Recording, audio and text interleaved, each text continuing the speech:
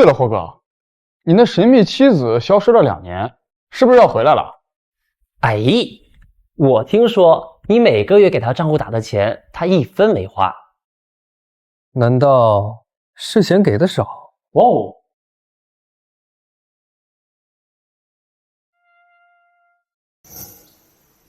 领证当天人就消失了，消失了整整2年，转的账一分没花。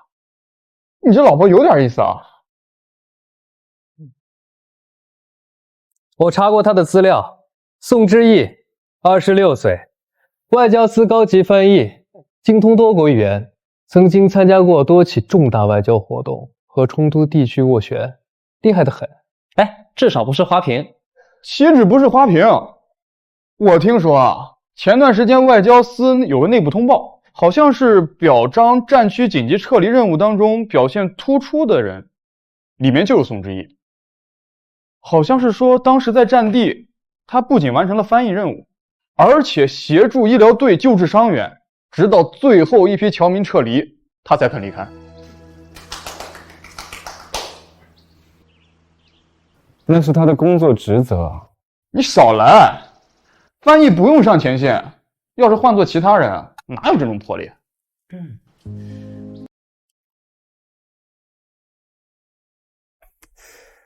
答应结婚，或许他真的是为了完成长辈的心愿吧。但是霍太太的名头可以给他带来什么，他可能真的不在意。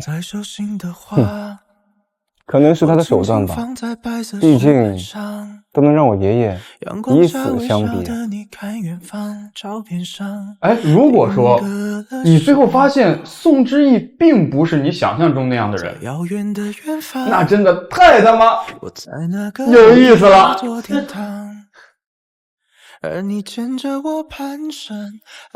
欲擒故纵罢了。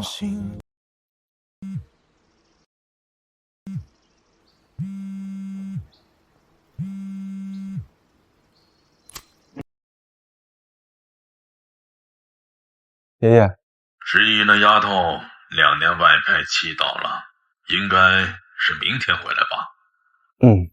明天下午到京。我清楚，当初那么逼你不高兴，你爸妈觉得宋家门第低，配不上咱家，也不高兴。可是眼里啊，有些责任，有些缘分，他来了躲不掉的。感情的事勉强不来的，我跟他连面都没见过几次，您指望我们怎么样啊？像正常夫妻那样生活？我没指望你们一开始就浓情蜜意，但至少你该试着了解他。那孩子一个人在战乱区待了2年，枪林弹雨，朝不保夕。他明天回来，你接都不去接。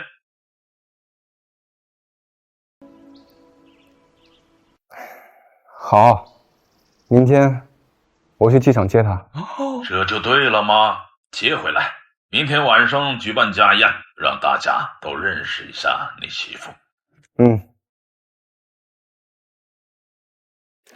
这霍老爷子是被这个女孩子下了蛊吗？先是逼你结婚，后来又让你培养感情，这是铁定了心，想让这个女子收服你啊！好了，各位，我这位神秘妻子你们暂时也见不到了，我得先带回霍家，给我那些亲戚观摩观摩。哇哦，霍家可不好搞哦。哼，也许人家根本不需要霍家的认可。没准啊，他真的把结婚当契约了。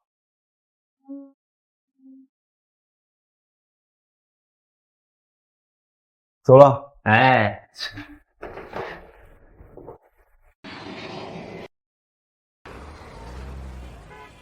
我经过世界，路过黑夜，阑珊的人群，你在霍先生，你来了。那边是梦的直觉。爷爷让我来接你。麻烦你了，把我送到外交司宿舍就好。爷爷说今天要办一个家宴。家宴？说是想正式把你介绍给霍家人。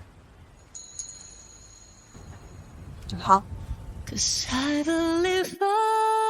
这是我与知意的第2次见面，他没有客套，也没有拘谨，他的世界好像从来都与我与霍家隔着一道清晰的界限，他似乎也从没想着跨过这道线。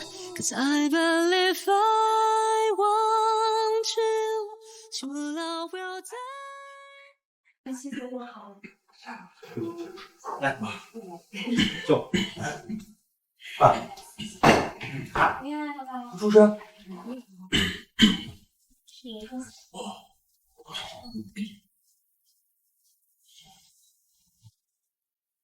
都齐了啊！啊，就差知意和夜里了。少奶奶到了。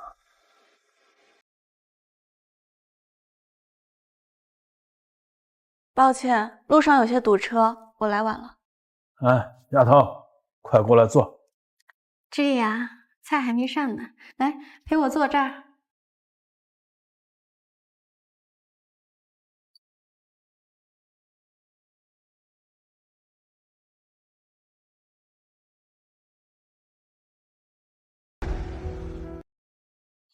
也不知道老爷子是怎么想的，非要你堂哥啊娶这么一个家世普通的。你伯母也不太喜这个儿媳。今晚家宴，你就关心关心你这新堂嫂，让她知道霍家不是那么好进。宋姐姐，听说你在外交司当翻译，应该没什么技术含量吧？整天翻译文件会不会很枯燥啊？也不全是翻译文件，还需要负责协调工作。外交司好地方啊，铁饭碗。知意还年轻，未来还有上升的空间。你父母都不在了是吧？那家里还有什么亲戚吗？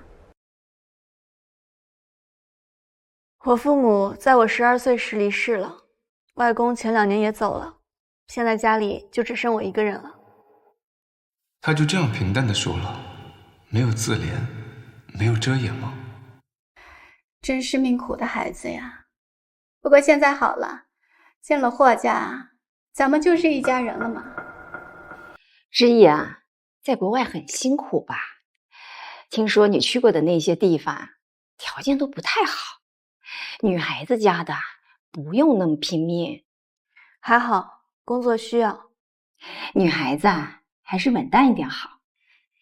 像我们思琪啊，现在在美术馆做策展，工作轻松，环境也好，还能陶冶情操呢。啊，对了，思琪啊，咱们馆里现在有什么新展吗？下周有个法国印象派特展，我从巴黎借了几幅莫奈的真迹过来。知意啊，别说二伯父说教你，作为霍家媳妇，你也要提升自己的艺术审美，别成天翻译那些枯燥的文件。下周你去思琪那里参加画展。伯父，我最近工作忙，下周没空，多谢您的好意。你在外交司不就是翻译那些文件吗？有什么特别忙的呀？也不全是翻译文件，下周需要参加战地地区和平进程磋商，负责战区停火协议。战地和平进程？是上个月在日瓦签的那个临时停火协议是吗？是，我所在的团队负责协议文本中的中文版本和部分阿拉伯语版本的核对工作。那份协议啊，我好像在内部通报里看过，外交司通报表扬了参与团队，是吧？是的，团队工作获得了认可。他说的是团队，没有提自己。怎么气氛忽然就变了？什么停火协议？什么日瓦？那不是新闻里离我很遥远的事情吗？那姐姐平时工作应该很危险吧？要经常去那些战乱国家吗？是的，工作需要的时候会去，但比起那里的平民每天遇到的危险，我们这里的工作环境已经很好了。哪有这样对比的？或许我这个翻译小妻子比我想象中的更有趣，也更勇敢。知意在篱笆协助撤侨的时候，3天3夜没怎么闭眼。等最后一批侨民安全撤离，他在机场的椅子上睡着了。有照片，我当时看了新闻。不止篱笆，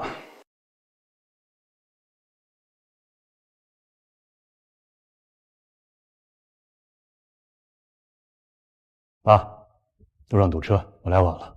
大哥，二哥，知意，小叔，你刚才问知意的工作危险不危险？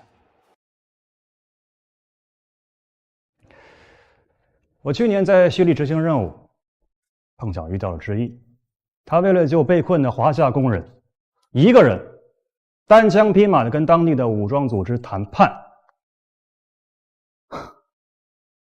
对面都拿这么长的重型机枪，而知意只有一个人，举着一面国旗就过去了。大概过了20分钟吧，就把人带出来了。你说危险不危险？2年前结婚，我还对他说过，你能得到的只有霍太太这个头衔，霍家与你无关。现在想来，是多么可笑。他当时是在想我愚蠢，还是狭隘？知意，干得漂亮。应该做的。知意像我当年的战友，心里装的大事，肩上扛着责任。我霍家有这样的媳妇，那就是我们霍家的福气。好了，进去吃饭吧，二嫂、大嫂。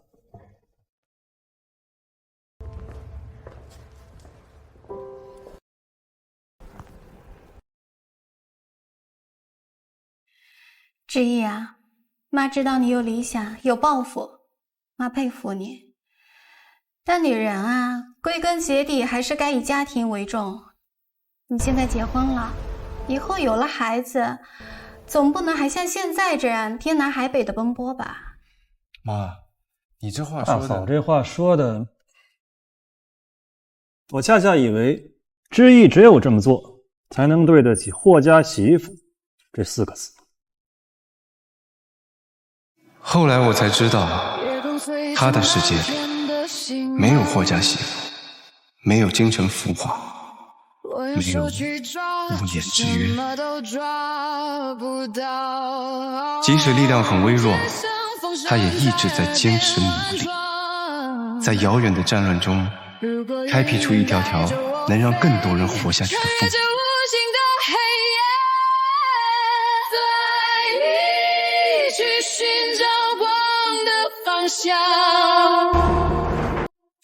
黄队出事了！北边的检查站半小时前被自由军控制了，他们挟持了一个4人的联合国观察员小组，他们那里有3个外国人，有一个是你们华夏的翻译。理由？他们说观察员小组里面有间谍，他们说他们携带了不应该携带的设备，但其实他们最重要的是要里面的药品，而且他们还会运赎金。对方指挥官是谁？认识吗？他叫阿布·哈利德，外号叫蝎子。这个人生性残暴多淫，非常的可恶。明白。那我们华夏翻译，他现在情况怎么样？她是个年轻女生，医学学生，她是自愿来这里当翻译的。但是在上个月，她的母亲因为空袭遇难了。我们医疗队还剩多少物品？拿出1半的止痛药和抗生素给我。还剩不多，但是可以协调一部分出来。你不是要过去吧？那里非常危险，我们还是等特种部队。等不及了，联系对方，就说华夏人员申请对话。好。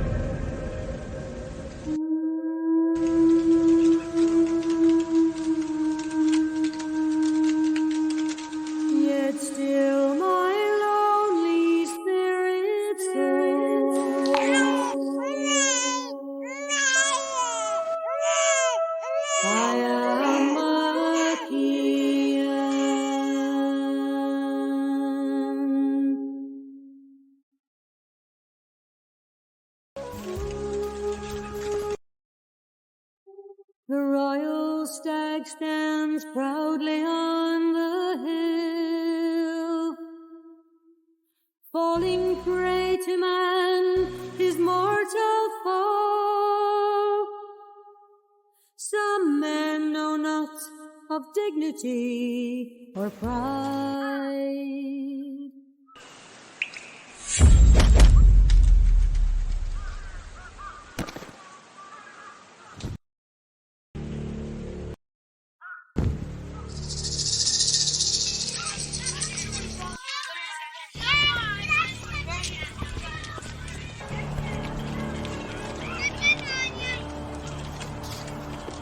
华夏女联合组织没有人了吗？派了一个女人过来。我不是联合组织的人，我是华夏外交司的翻译。阿布哈利德先生，我想和你单独聊聊。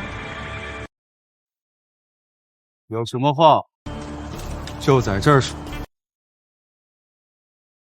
听说您扣押了一支联合组织小组，理由是怀疑他们携带间谍设备。这个指控非常严重，如果指控属实，会引发国际社会对您的强烈不满，会对您和您的部族进行制裁。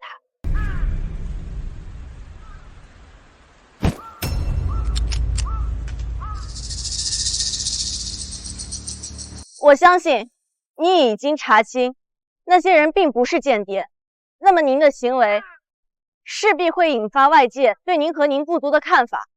您最近不是在争取和某华夏企业重建计划吗？这家公司非常看重合作方的国际名声。这个女人不简单啊，连我私下的商业接触都很清楚。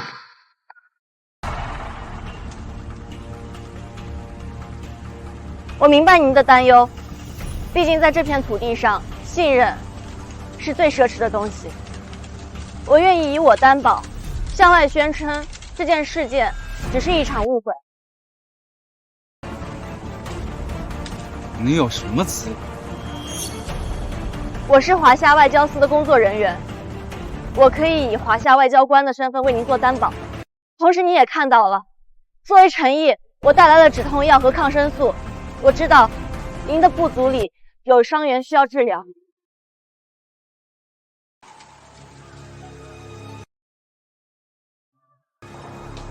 明天的报纸，我想要看到我希望的头版新闻，否则，你知道的，我会找到你。我不会拿自己的生命开玩笑。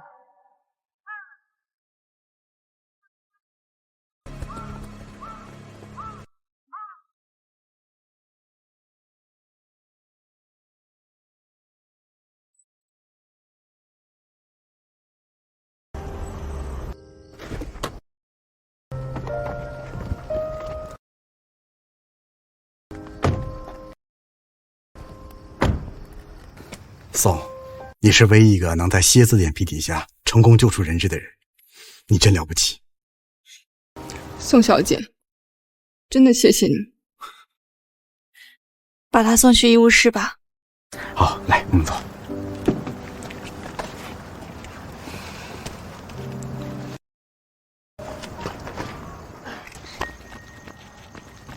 宋姐姐，给你的糖。谢谢。宋姐姐，我们今天还学新的汉字吗？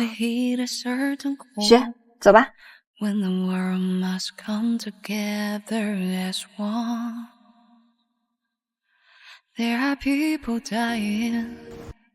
学什么呀？今天我们学的新词是和平。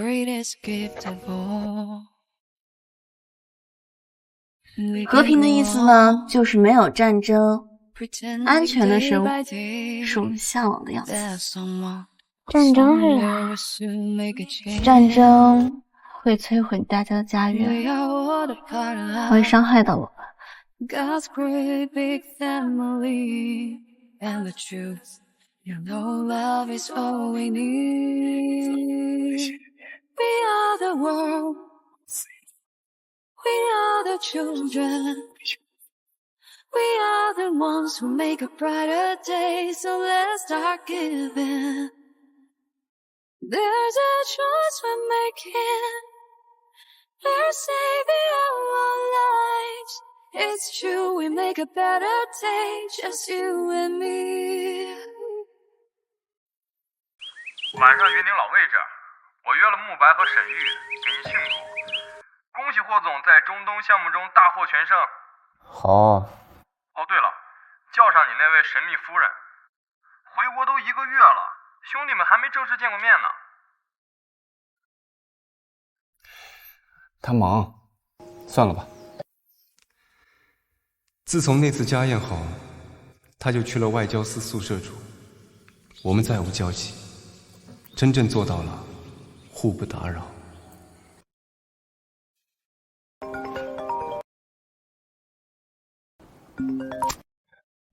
爷爷，有事吗？我听说季云那小子想见知意，你带他去。哎呀，爷爷，我们知意是你法律上的妻子，是你霍艳里的太太，藏着不见人像什么话？不是藏着，他可能也没时间。有没有时间你问了吗？知意那孩子他在国内没什么根基，你这个做丈夫的多带他见见人，帮他铺铺路。好。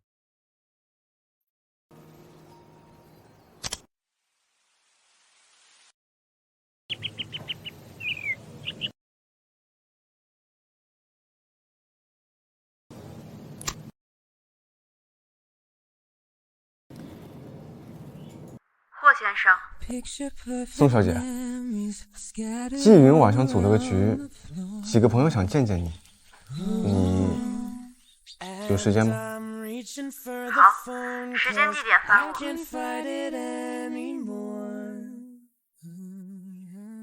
啊，需要我去接你吗？不用，我自己过去就行。晚上见。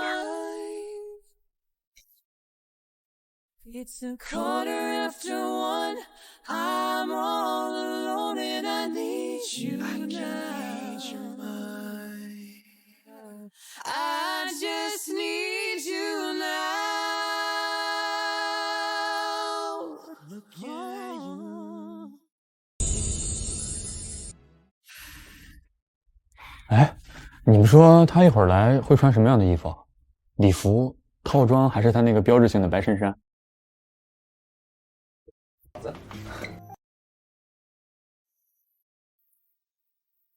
抱歉，我来晚了。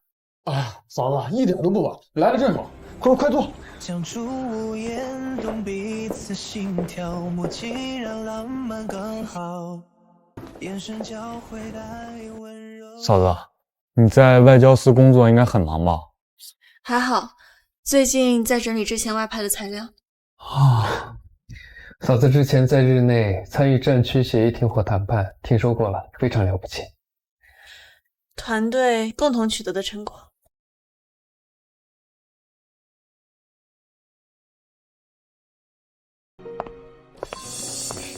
季云，你们怎么都在这儿啊？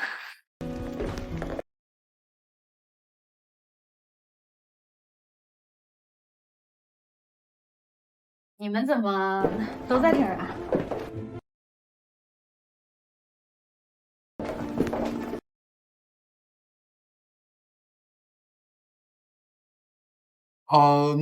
那我介绍一下吧，这是霍哥的太太，叫嫂子。哎，嫂子，这是我朋友，叫苏婉，在艺术圈混得风生水起的大才女。没想到后太太居然这么朴素呢。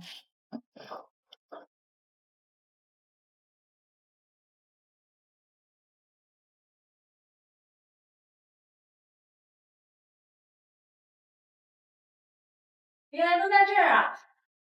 嗨，沈玉。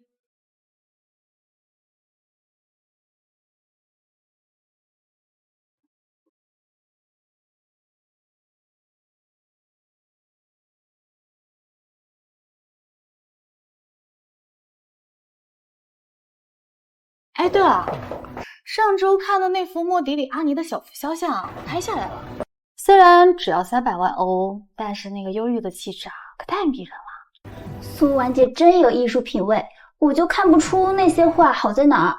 要多听，多看。就像某些人，就算是进了顶级圈，也掩盖不了骨子里的土气。莫迪里的那幅系黑领带的女子确实经典。苏小姐如果喜欢她的作品，可以关注她1917年为泰尔尼画的那些系列肖像。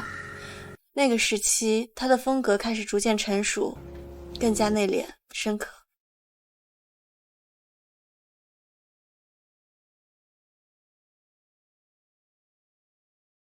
他怎么懂这么多？莫迪里那个时期创作的作品都在大使馆皮埃尔手上，这谁看得到？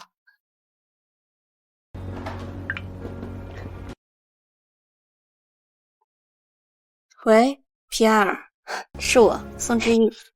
宋，真难得你会主动打给我，你是在京市吗？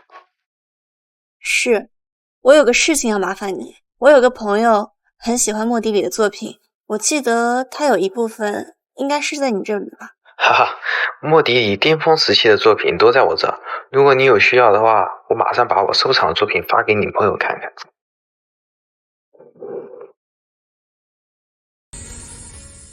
电话那头是驻华大使的皮埃尔，父亲去年想通过关系约皮埃尔吃饭，花了3个月时间都没成功。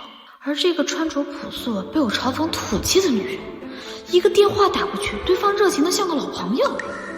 好，下个月中法文化论坛，我来巴黎，请你喝咖啡。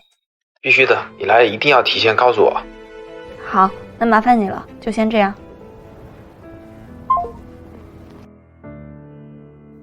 换做以前，我可能会觉得知意是在炫耀，现在嘛，这就是他的硬实力，我喜欢。如果他的筹码不够，我不介意亲自上场。皮埃尔是莫迪里的画作专家，他答应我把画作给你看，到时候我把他的地址发给你。哎，嫂子，你认识皮埃尔？之前有过几次合作。那就谢谢宋小姐了。啊，对了，纪元，我朋友在隔壁呢，我先过去坐坐啊，适配一下。走吧。你俩还不走吗？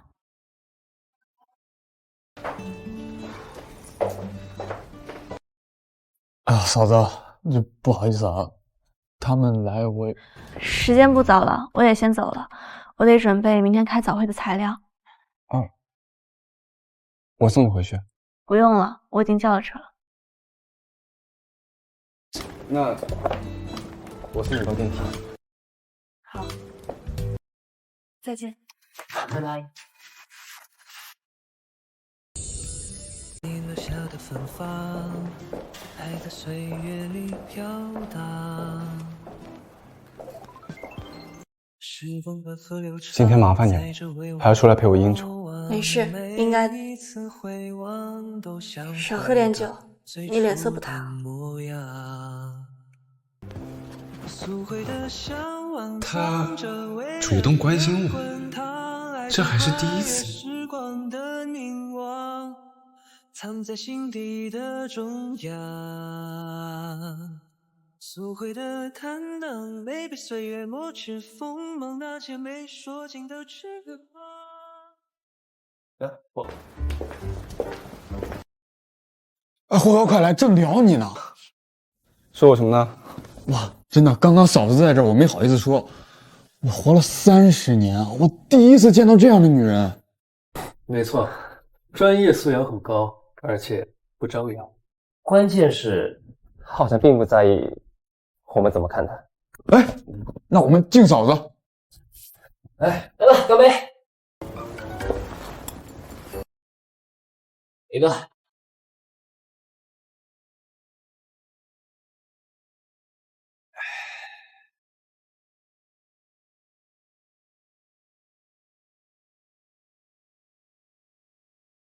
叶里，你胃病是不是犯了？我给你医生打电话。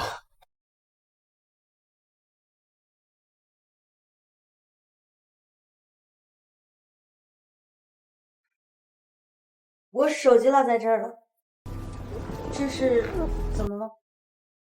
哦，嫂子，他胃病犯了，疼得特别厉害。坐直，放松。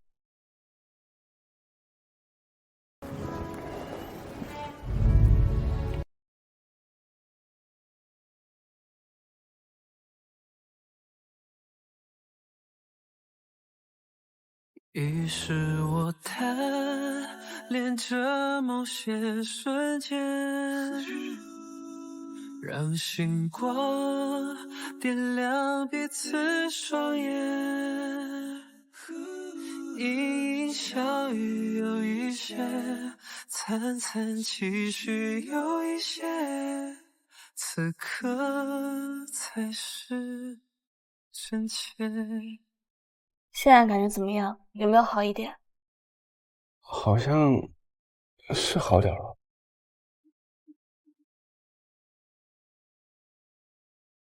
谢谢啊，你还会这个呢？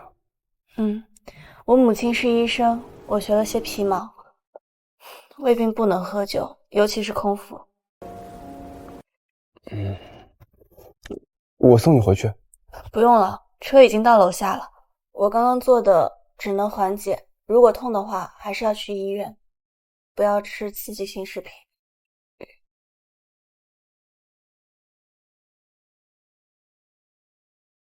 哦，谢谢。没事。那我就走了。路上小心。好。真的，我活了30年，我真没见过这样的女人啊！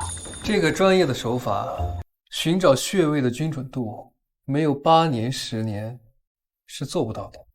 说真的，叶里，你要是还抱着那个5年之约的想法，你会后悔，一定。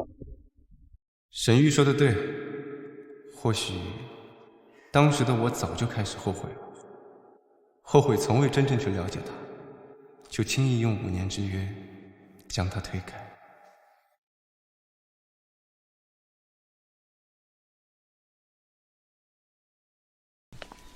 宋翻译，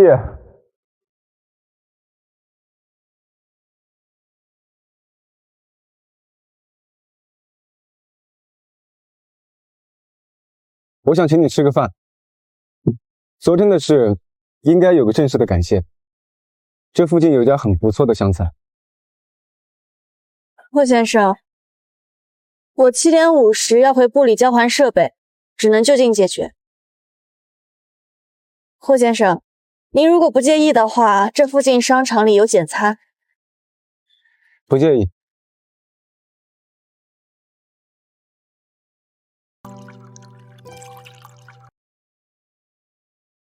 你总是这么赶时间吗？外事工作有严格的时间节点。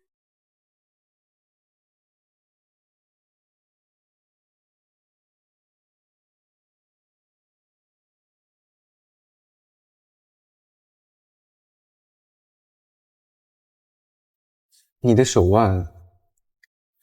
哦，旧伤，没事。是在国外工作的时候留下的。霍先生对我的工作很有兴趣。我只是觉得外交工作比我想象的更复杂一点。任何事情只要深入去做，就能发现其背后的复杂性。就像你上谈判桌，背后总会涉及当地社会结构、宗教习惯、环境评估。其实我们离得很近。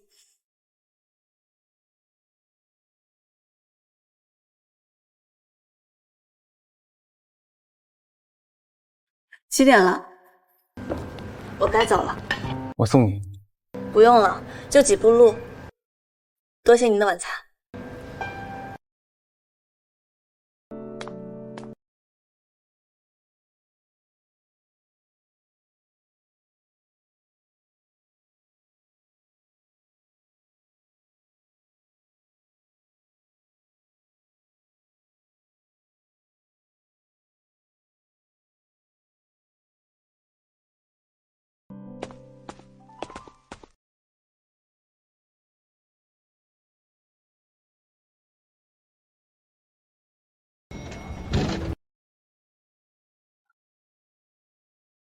你的。谢谢。蓝色的手腕的伤汗水挂真的没啥。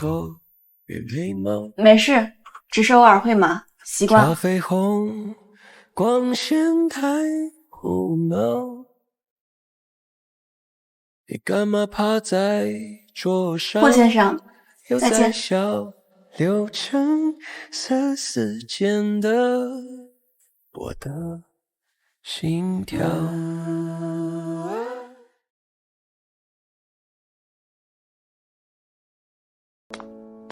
霍总，宋之毅所有的背景资料、家庭情况、教育经历、工作履历，所有能查到的公开信息和背景资料都在这了。夫人的履历很干净，也很特别。她出生于外交世家，父亲宋怀远是驻外高级外交官，38岁时为保护侨民而牺牲。母亲沈清如是军区维和医生，36岁时为保护战区儿童而牺牲。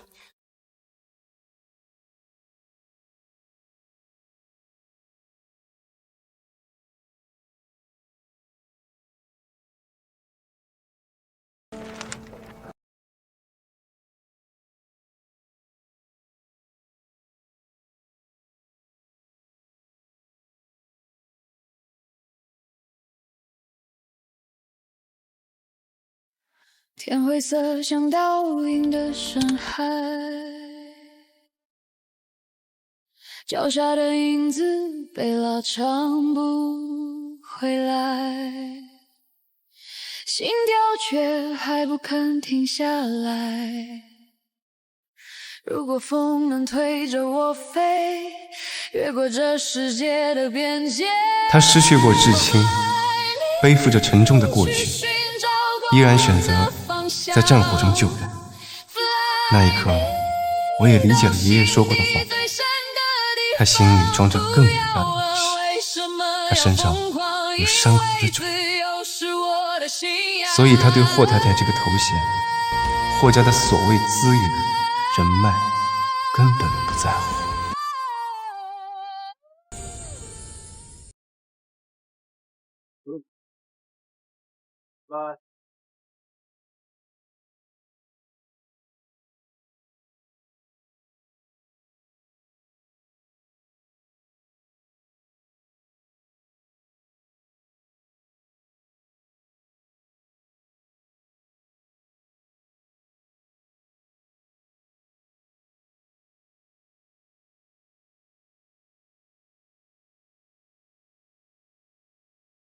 薇薇，你真回来了，霍艳丽知道吗？刚回来，还没告诉他。我听班长说，霍艳丽晚上要去参加一个国际酒会。薇薇，以你现在跨国大公司高管的身份，应该也有资格去参加吧？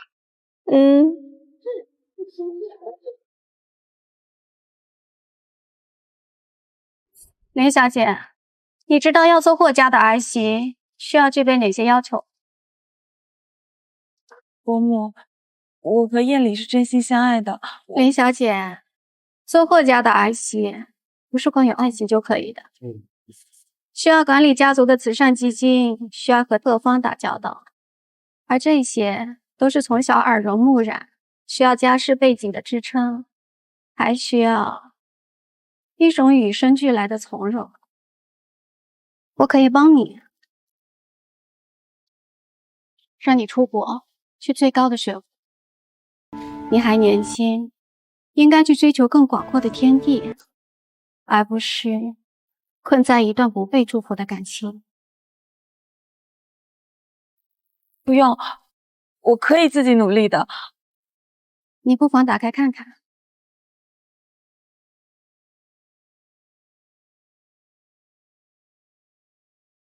这是霍氏集团的股权架构，里面有一条。如果艳丽的配偶未得到家族的认同，他的继承权就会被踢出局，直到他做出适合家族利益的选择。这就是你们有钱人制定的规则，连自己的婚姻都不能自己做主吗？拿走这300万，是你最优的选择。当年我太弱了，没得选，只能没日没夜的在国外打拼。如今终于事业有成，可他却已经结婚了。不过传闻中的霍太太是外交司的翻译员，家世普通。在霍家那样的家族里，没有背景就是有罪。霍太太的位置我抢定了。林总，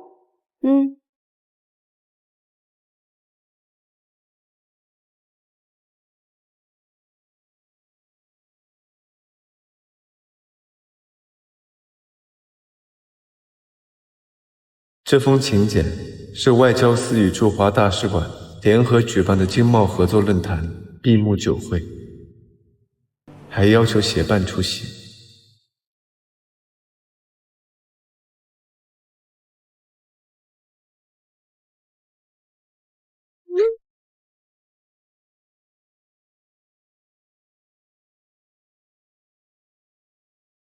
霍先生，是我，宋小姐。明天外交司有个经贸合作论坛的酒会，要求协办出行，你有时间吗？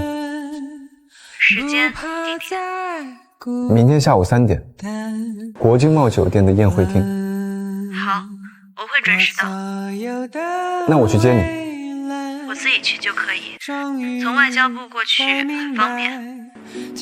宋之野，作为你的丈夫，接你去酒会是最基本的礼仪。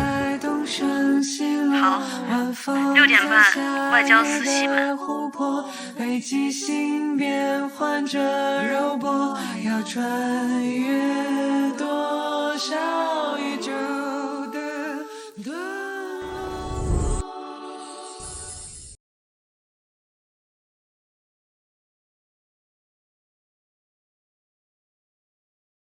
6年了。嫂子，今天这身特别适合你，高雅大气。宋翻译，又见面了。季先生，周律师好。我带你去见几个朋友。哎，霍哥，嫂子借我一会儿。你要干嘛？哎，嫂子，那边那个大使夫人一直在看你，你们认识啊？霍艳丽，这5年我每天都努力往上爬，只等这一天功成名就，体面的站在你的身边。我去打个招呼，先失陪一下。需要我陪你吗？不用，你们先聊。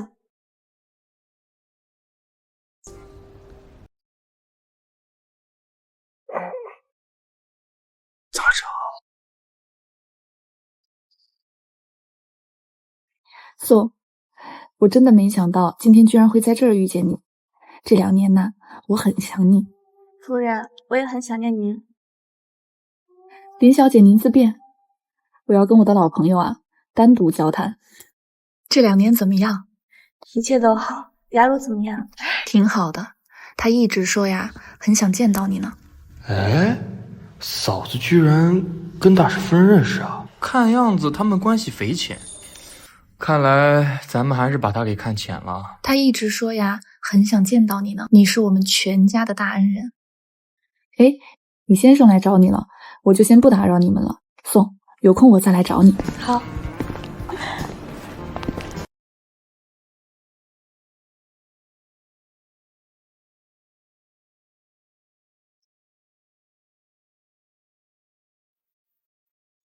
你和大使夫人4年前在贝鲁特，他孙子的学校遭遇了空袭，我也在现场，孩子伤得很重，还好救回来了。你经常经历这些吗？在战地，空袭是日常。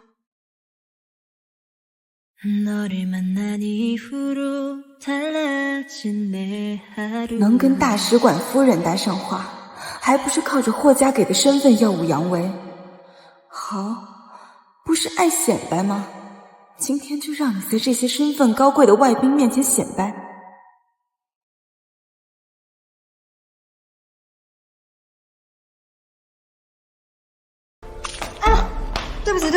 我刚高跟鞋崴了一下。赵薇薇，你没关系，我先去处理一下，很快回来，不用担心。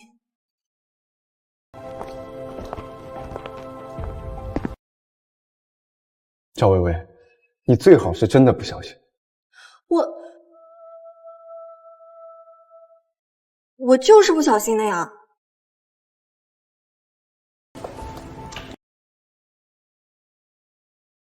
喂，取消跟赵家的所有合作。不是，为什么呀，霍总？我刚真的不是故意的，您别。人要为自己所犯的错误承担责任。你看，霍哥这是在霸气虎妻呢。林薇那个贱人跑哪儿去了？他说霍艳丽很讨厌这个新婚妻子，只要我把酒泼向他，让他当众出丑，林薇就答应帮我拿到霍氏集团更多项目。可现在霍艳丽明显很护着他妻子啊。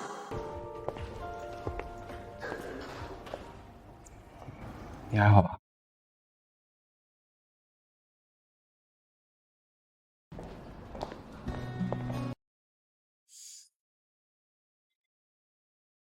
赵小姐，您的鞋跟似乎不稳，建议您下次选一个鞋跟稳一些的款式。另外，持杯用食指和拇指捏住杯柄，而不是整个手掌都包裹着它。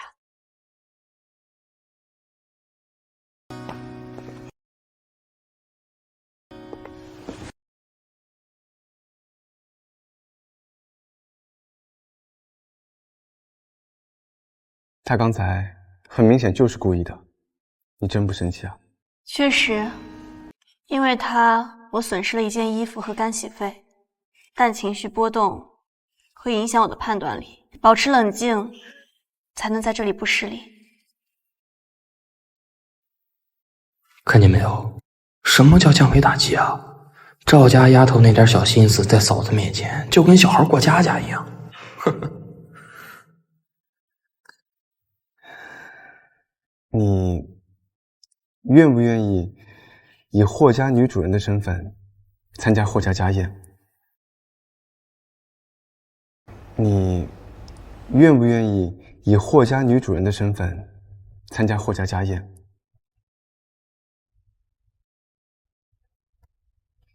好，后天会举行霍氏集团成立30周年的庆典，母亲说想让你作为霍家女主人来主持操办，你有空吗？有空。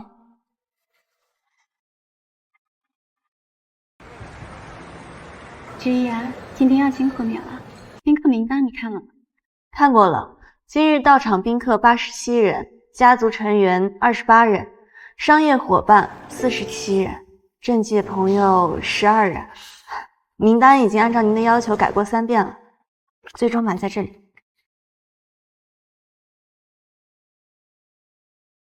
你有心了，我去检查一下宴席布置。霍伯母，恭喜啊！我记得并没有邀请林薇。我现在功成名就，能有资格站在霍艳丽身边的人，只能是我。薇薇来啦，请进。谢谢伯母。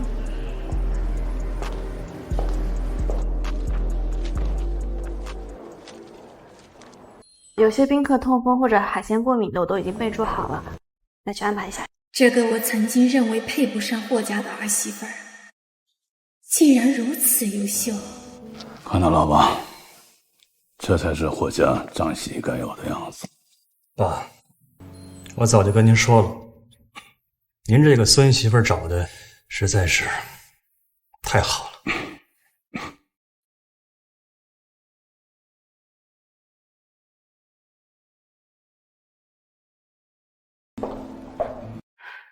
艳丽，我能单独跟你说2句话吗？关于当年的事，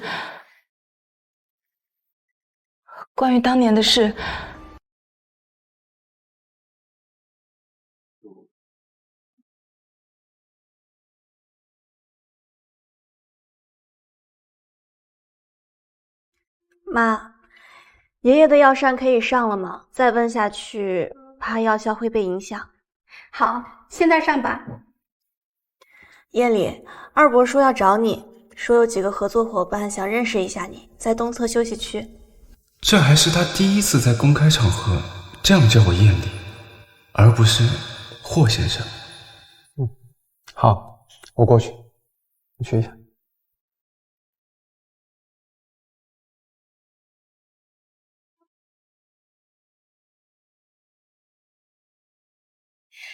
知意，你才是我们霍家认可的阿邪。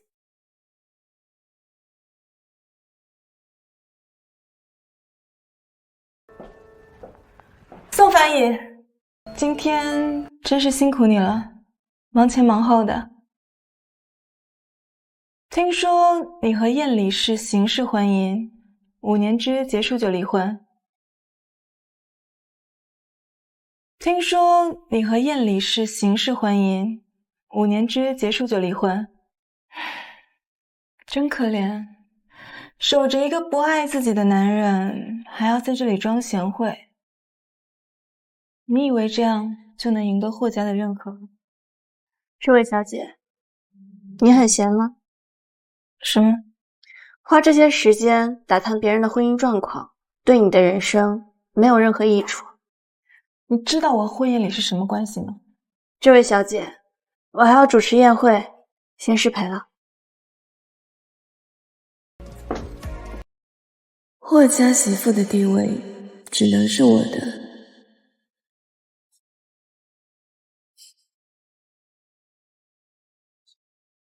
知意，刚才在洗手间，林薇是不是找过你啊？说了几句话。他说什么了？没什么重要的，一些个人情绪的表达，我已经处理好了。你不在意吗？林小姐个人的情绪，我不在意。妈，我先去前厅看看还有没有需要帮忙的。年轻的时候，如果遇到丈夫前任的挑衅，我肯定会情绪激动，大哭大闹的。可眼前这个儿媳呀，似乎真的不在乎。大嫂，知意心里装的是山河天下，不是宅院纷争。以前是我的小爱。那天，当林薇靠过来的时候，我的第一反应是烦躁和为难。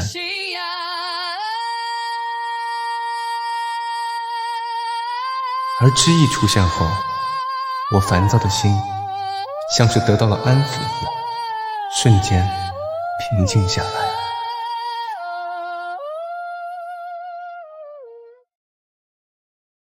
周律，米如国家那边的律师发来消息，议会已经将矿业列入国有化，我们合并的矿产刚好在国有的名单上。按照当地法律，我们的客户能拿到多少赔偿？最多市值的60%，但是更糟糕的是，当地的社区已经开始抗议了，他们想要受益的永久分成，否则就封锁道路。周律，这个并购案我们已经进行了大半年，如果现在因为并购风险而取消，客户不仅损失巨大，就连我们律所声誉也会受损。是啊。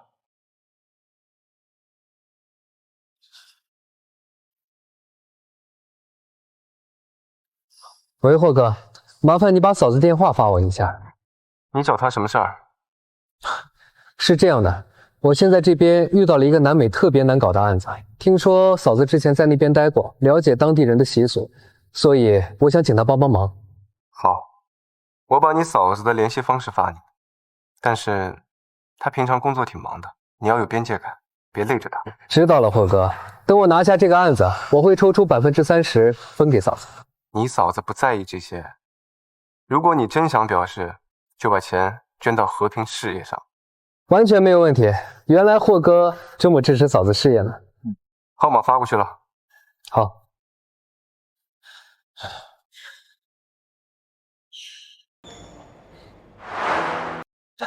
嫂子你好，我是周慕白，我现在这边涉及到一个米炉的并购案，遇到了一些风险问题，之前您在当地工作过，不知是否方便请教一下？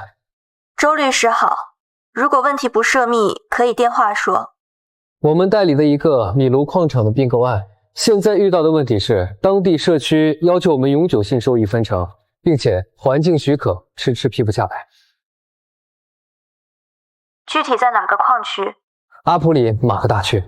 目前有2个解决办法。哎，好，嫂子，稍等一下。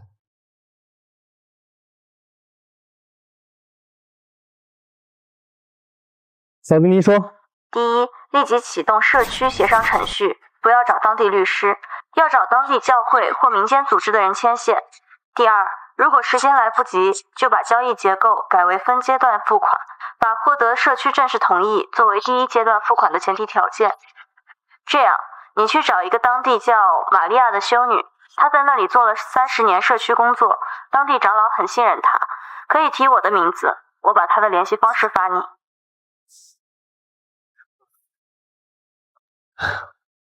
嫂子，您为何如此全力的帮我？这件事如果处理不当，可能会引发冲突。我记得2014年就发生过社区与矿井的暴力冲突，死了6个人。在那些地方，于你而言，可能只是一个棘手的地区、棘手的案子。对当地人来说，矿场关系到人的生计、环境存续，或者生命。好，嫂子，谢谢你，你已经给出了我最优的解决方案了。不客气。如果后续需要，我可以推荐几位当地的经济学者，他们比顾问公司更了解当地风土人情。好嘞。嫂子考虑的不是商业利益，是人的生命。相比较我那所谓30%的抽成，是我格局小了。从现在开始，调整策略。第一，联系这位修女；第二，重做交易结构，把社区同意作为付款前提。是。周律，这些是比我们所有顾问团队加起来都准的情况，来自于那个真正了解那片土地的人。是霍氏集团霍总提供的帮助吗？不是，我现在已经不帮我大哥了，开始帮我大嫂了。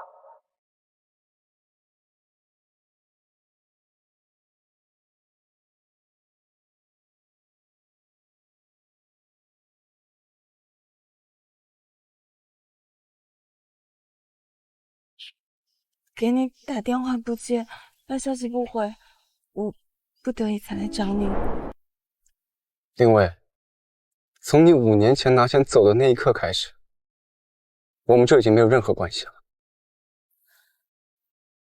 艳丽，我知道你现在结婚了，也知道我不应该再来打扰你，可是我真的撑不住了。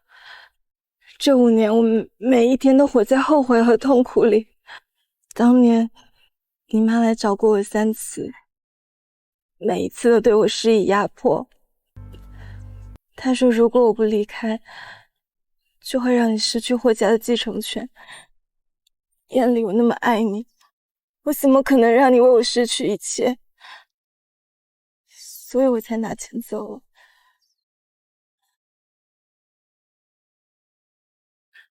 这就是当年那张卡，密码是你的生日。我这些年就算过得再难，都没有动过里面的1分钱。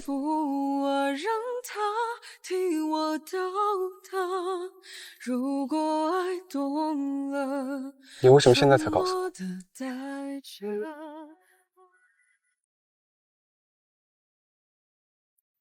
那个时候我太弱了，我只能拼命往上爬。只有做到现在的位置，我才有资格站在你的身边。所以这次回来，我就是想要告诉你真相，祈求你的原谅。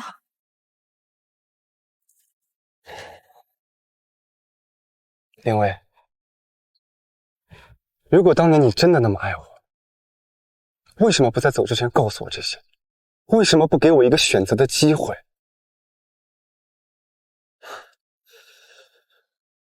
如果你告诉我我母亲逼你，说会让我失去继承权，那我会告诉你，我不在乎这些，我在乎的是你愿不愿意和我一起去面对，一起去争取。我怕你为了我和家里人闹翻，我怕你后悔。林薇，你从来都没有真正的了解过我。如果你真的了解我，你就该知道，我最恨的就是别人替我做决定。这张卡你拿回去吧，之前的事情都与我无关。艳丽，艳丽，这么多年我为了你在国外拼搏，只是为了有资格能站在你的身边，你一点都不感动吗？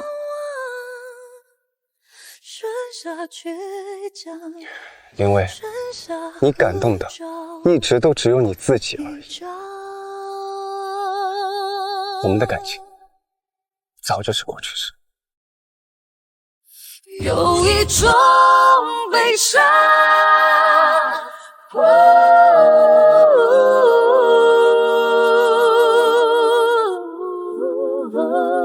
留在我过往。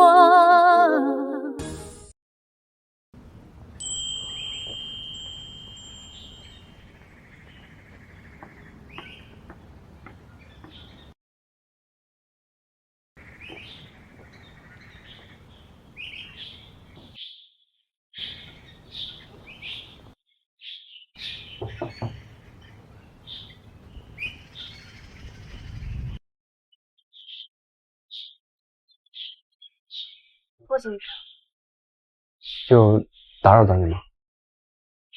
没有，请进。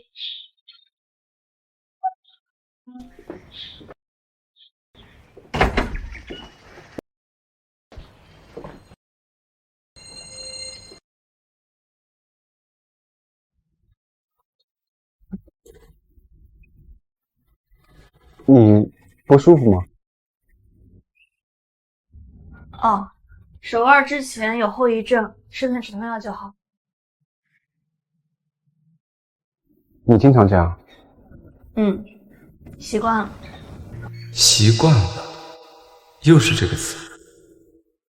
他好像习惯了太多东西，习惯了一个人生活，习惯了自己处理伤痛，习惯了把一切都自己扛着。霍先生今天来是有什么事吗？我想向你请教一个问题。你说。如果一个人非要在爱情和前程之间做选择，他应该怎么做？为什么一定要选？我的意思是，为什么爱情和前程必须是2选1的关系？真正的爱不应该是捆绑，不应该是牺牲，而是互相成就。如果一个人必须要放弃前程去维持这段关系，那就说明这段感情本身就有问题。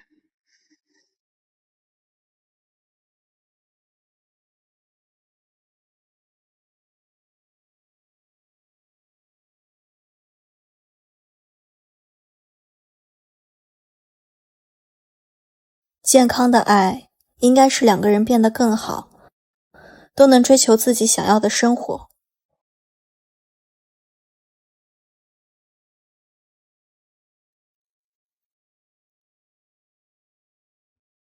那如果对方是为了你的前程而选择离开呢？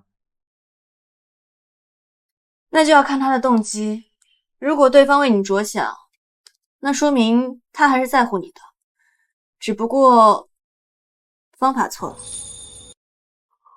错了？感情是2个人的事，任何单方面的为对方好，都是对对方的不尊重。如果因为家庭压力或者所谓的前程就放弃，那说明这些东西在他心里本身就更重要。5年前林薇拿钱离开的那天，都没有给我一个解释，就登上了去国外的飞机。当时那笔钱应该比我重要吧。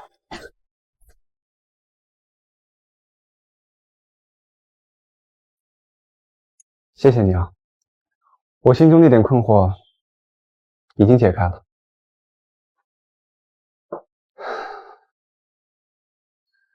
能帮到霍先生就好。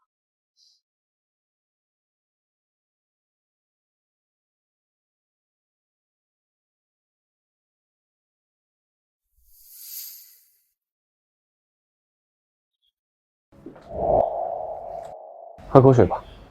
谢谢。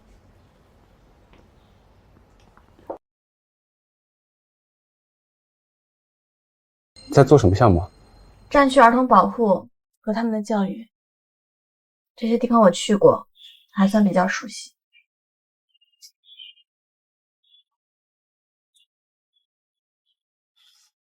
这些孩子是在战乱地区，他们的学校被摧毁，老师牺牲，课本都被烧毁了，但教育不能停，停下来，一代人就毁了。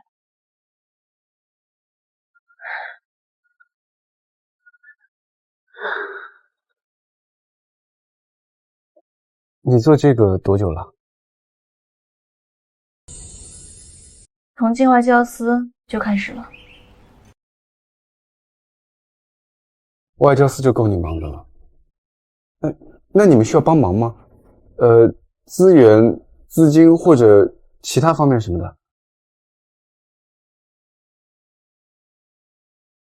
多谢霍先生好意，不过这个项目有严格的独立性要求，不接受任何商业资助，以免影响它的中立性。那我能做些什么？如果霍先生真的想帮忙，可以在一些国际会议上多关注儿童议题的。在这些场合，华夏企业家还是很有话语权的。我一直用商业思维在理解它，以为帮助就是给钱、给资源、解决问题，但他要的是更深层的东西，理解、认同、共同的价值追求。明白了。之夜，以后少让自己受伤，这不可能。他的工作性质决定了风险。以后让我来照顾你，这话太矫情，而且他大概不需要。放心吧，霍先生，我会照顾好自己的。好，那你也别忙太晚了。对了，爷爷说他想你了。好，明天我有空的话会去看望爷爷的。那你继续忙吧，我先回去了。好，路上注意安全。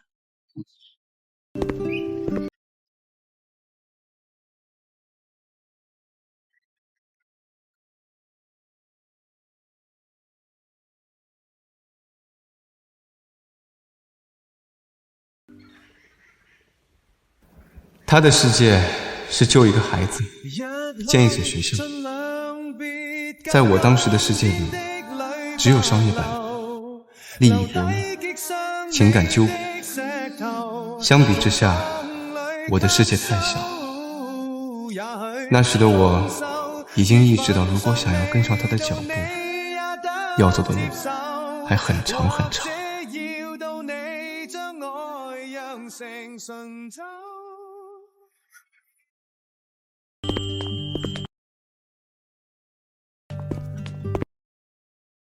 爷爷，哟，知意回来了，哈哈，快来，让爷爷看看。哎呦，又瘦了些是吧？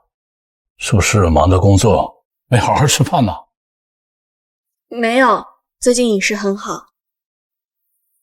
好孩子，又稳重又可靠。只是啊，不要因为工作累坏了身体啊。你去看看婆婆为你准备的晚餐怎么样了？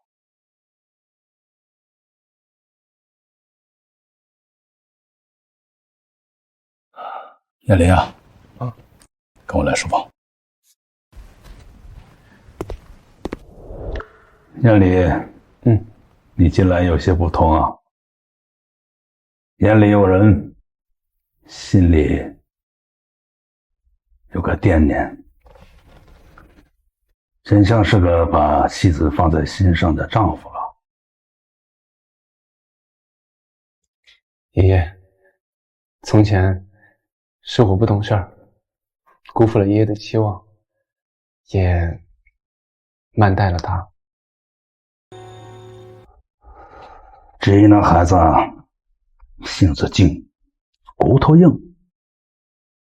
他外公把他托付给我的时候就说，这孩子心里重的太重了，又养成了什么事情都自己扛的习惯。你要走近他，就不能用平常的法子了。爷爷说的法子，具体是指？首先，你要用他的方式去理解他，在他选择的路上支持他，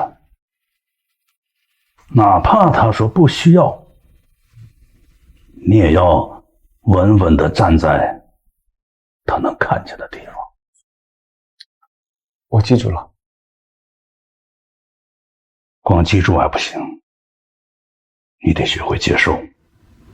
在他心里，家国天下，肩上重任，永远会排在儿女私情前面。你也许永远都不是他心理世界的中心。我接受，我能接受站在他世界的边缘，看着他发光，陪着他在意他在意的事情，这就够了。他想要的或许不是一个为他赴汤蹈火的爱人，而是一个能真正理解他、尊重他、能与他并肩而行的人。好。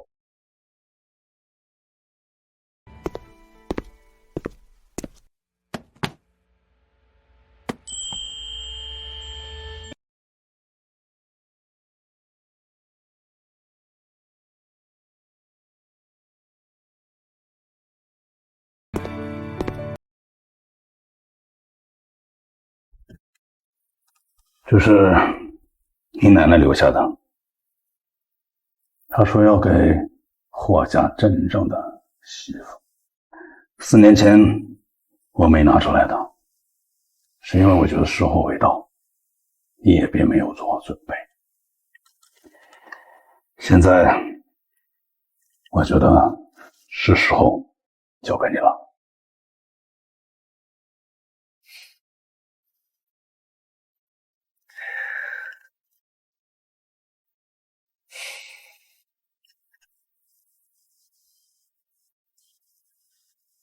谢谢爷爷。不用谢我了，去拿给知意吧。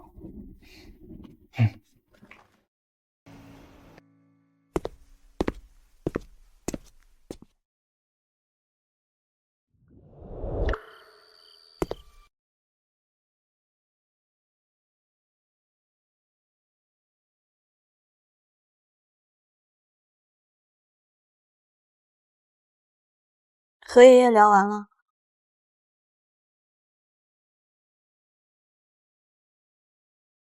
奶奶留下的，说是给孙媳妇儿。这太贵重了，我不能收。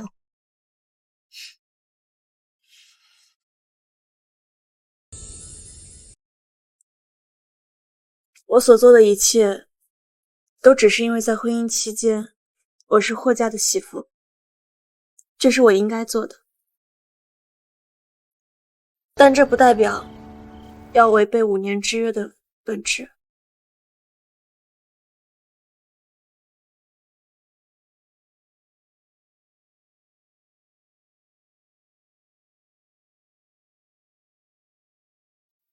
那我先帮你收着，等到你愿意收的时候，我再给你。谢谢你的理解。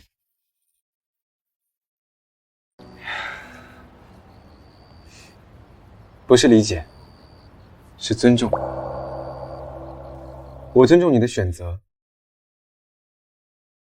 但我还是想说，在我心里，你已经是我认定的妻子了。所以，我会用我的方式对你好，支持你，站在你身边。你可以不接受，但请允许我这样做。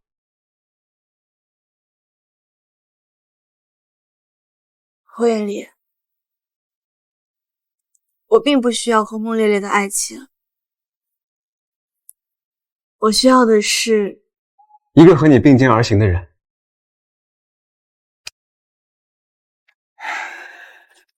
我不敢说我现在已经完全做到，但我会努力成为那样的人。在你觉得可以并肩的时候，或者在你需要独行的时候，我都会站在这里。只要你回头，就能看到我。曙光守护着你的方向，不必在孤身前往，有你安心的胸膛，黑夜都不必害怕，为你擦亮星光，这一生我知道，守护你一路光亮。所以我们可以慢慢来，先从偶尔并肩一段开始。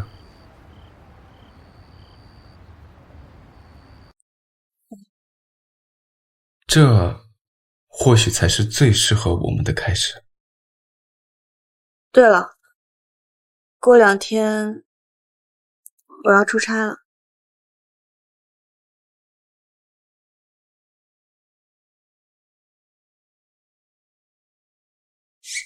去多久？初步计划6个月。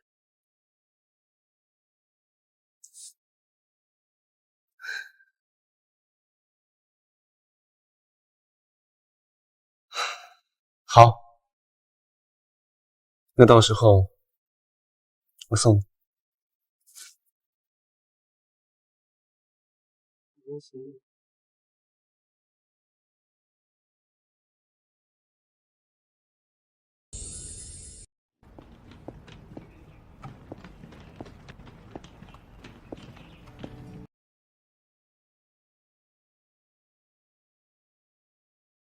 那边春天多雨，记得常备雨伞。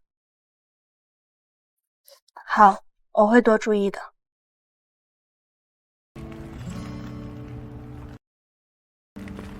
这是什么？一些可能用得上的东西，到了再看吧。如果遇到危险，第一时间联系我，我在那边有项目，可以立马派人到你身边。还有，保持通讯畅通，工作再忙，也记得报个平安。好。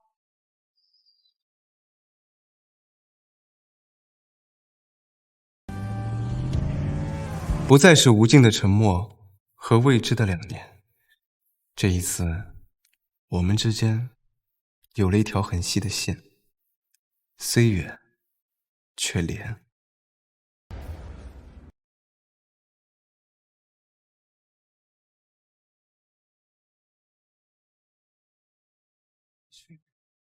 日内室内干燥，注意调节。熬夜时喝一点，暖胃。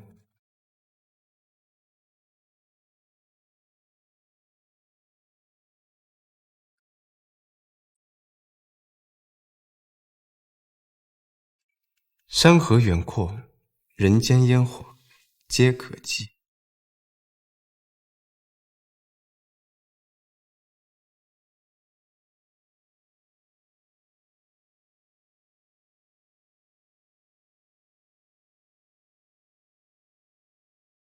包裹已拆，东西很实用，谢谢。用得上就好，那些药记得看说明书，别乱吃。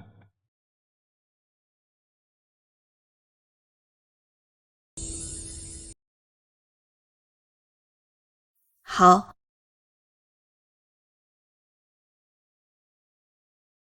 日内在下雨，有点冷。京市今晚降温了，也在下雨，看来我们都在下雨。早点休息，别熬夜。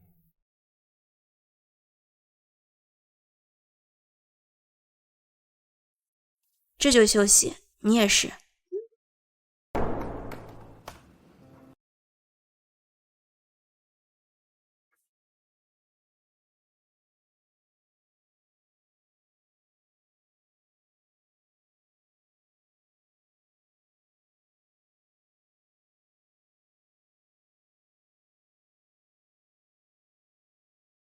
公司新项目涉及北欧市场，谈判风格和你分析过的很像，重数据和规则，已经让团队调整了方案。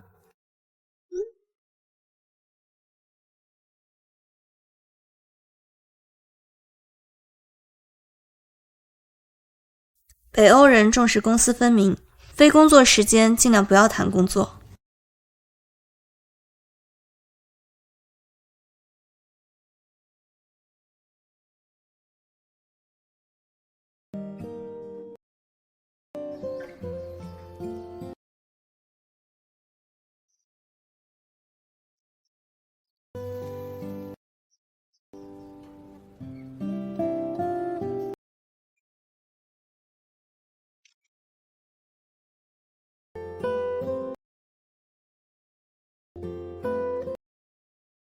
老宅的玉兰开了，很大一朵。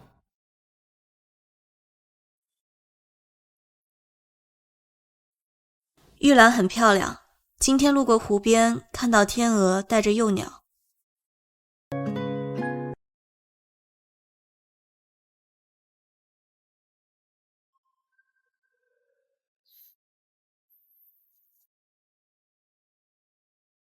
季云今晚让我去参加一个商业晚宴。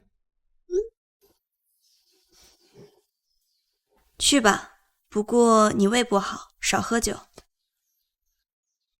好，听你的。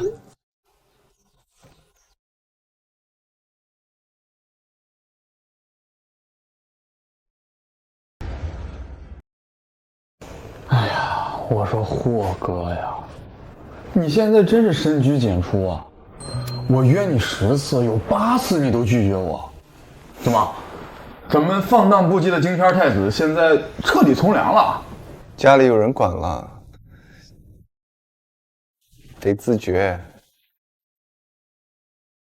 霍哥，你是真的动了情了。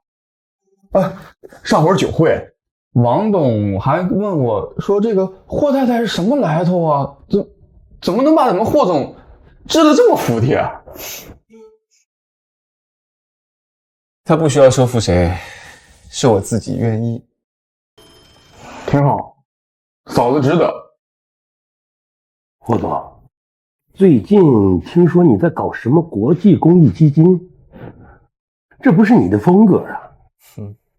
在筹备，主要关注战乱地区儿童的教育和医疗。你怎么想起来搞这个了？我太太在战区工作过，她见过太多缺医少药的孩子。有些事情我知道了，就不能当没看见。我说霍哥，你现在3句离不开嫂子，你做这些，嫂子知道吗？她什么意见啊？他知道，还给了我很多实际的建议，比如如何与当地民间组织建立有效的合作关系。挺好。敬霍太太，敬霍太太。不是霍太太，是宋之一。好，敬宋之一。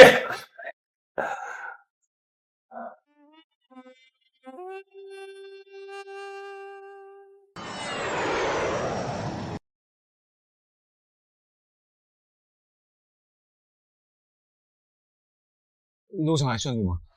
挺顺利的。你是不是等很久了？没有，我也才刚到一会儿。瘦了点儿，工作很累吗？没有，挺顺利的。就是最后工作流程有些复杂。对了，战区儿童组织的人和我反馈说，你建立的国际儿童组织已经让7000多名儿童重新回到了学校，重新给他们建立了家园。谢谢你，叶里。我曾经说过，会尽量跟上你的步伐，这不是所谓的讨好，因为我觉得这也是一件很有意义、很有价值的事情。这也是一件很有意义、很有价值的事情。想先回去休息，还是吃点东西啊？晚饭吧，随便吃点就好。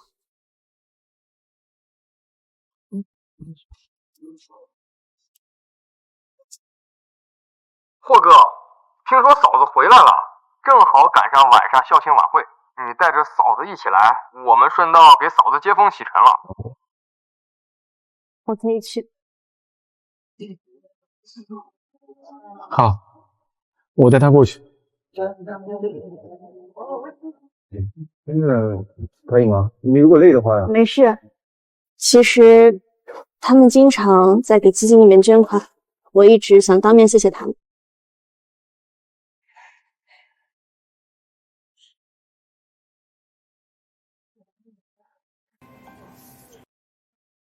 能找到这么优秀的妻子，股票怎么看就这么看，必须得多活几倍。是啊，嫂子，嫂子，欢迎回国。宋小姐，一路辛苦了。可把顾总心心念念的人给盼回来了。你要是再不回来，他都快把公司搬到日内去了。好久不见，多谢你们对战区儿童的贡献。叶里，好久不见。这位是？好久不见，学长，这是我太太宋之意。咱们这神秘的霍太太啊，今天啊可算是现身了。就是，叶里，他们可真也是。听说宋小姐在外交司工作，需要经常出差吧？尤其是去些不太安稳的地方。工作需要，确实会去很多国家地区。宋小姐可真是敬业哦。听说有些战乱地区挺危险的，霍总也放心让你去吗？这份工作会不会给霍家添麻烦呀？我太太这份工作是代表国家进行外交沟通，促进和平。我不仅放心她去，我更以她为荣。她的责任担当和勇气，在我认识的人里是最顶尖的，所以作为她丈夫，我感到很荣幸。就是，我嫂子那都是干大事的，咱们呢是在和平年代谈生意，她可是在战乱地区求生存，能比吗？这是两码事，对吧？的确，嫂子是能出现在新闻联播上的人物，更是霍家全家族认可的儿媳。她能有这样的成就，还不是靠着霍家投喂资源？我可是靠着自己才能在外企站稳脚跟。霍总，找到这么优秀的妻子，今天你可得多喝几杯啊！好。班长，他胃不好，不能喝酒。他还是第一次在朋友面前维护我。哦，哎，怪我，我把这事忘了。今天咱喝茶啊，坐，喝茶。一会儿啊，还有几个同学会过来。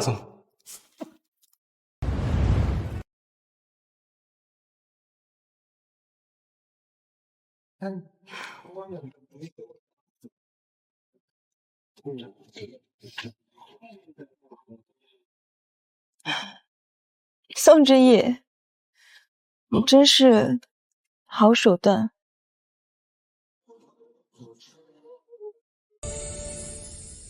别以为燕里在外人面前维护你是真的爱你，他维护的是霍家的面子而已。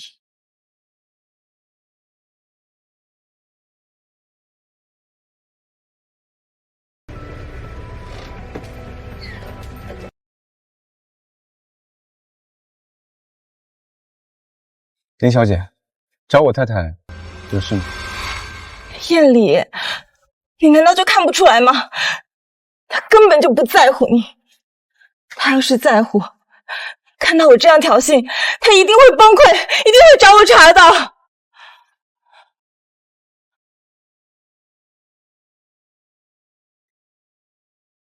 林薇，我不在乎他是否表现出你所谓的在乎，我在意他就够了。至于他的平静，那是他的修养和强大，而我不允许任何人以任何方式让他受半点委屈。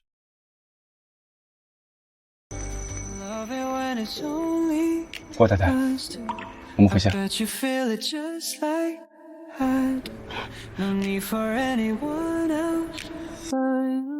我真的努力了，嫌我家世不行，我努力提升自我，等我好不容易站在高处，他却名花有主了。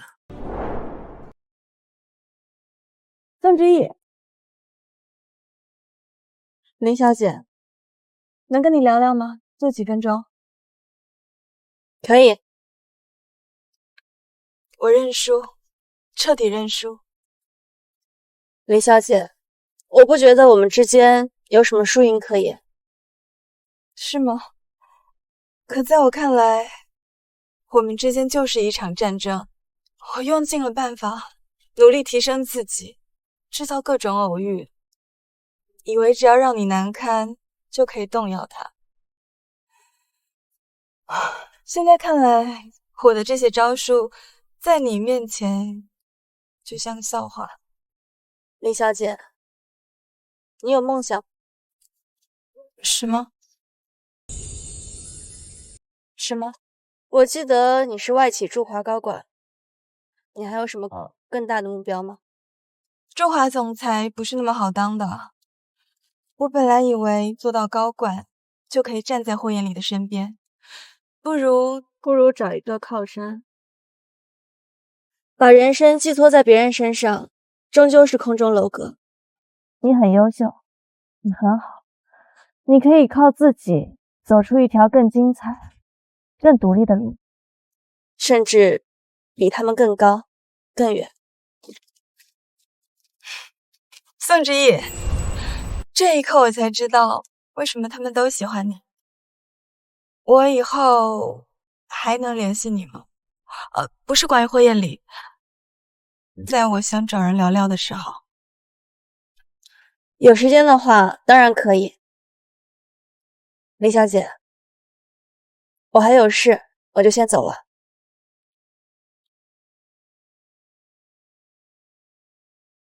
霍艳丽，我第一次觉得你其实也就那样。再见了，祝你幸福。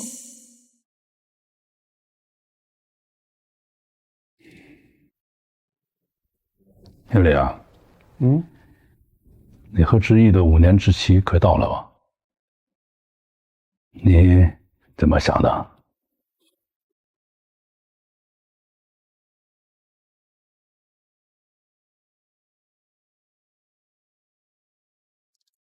爷爷，我想毁约。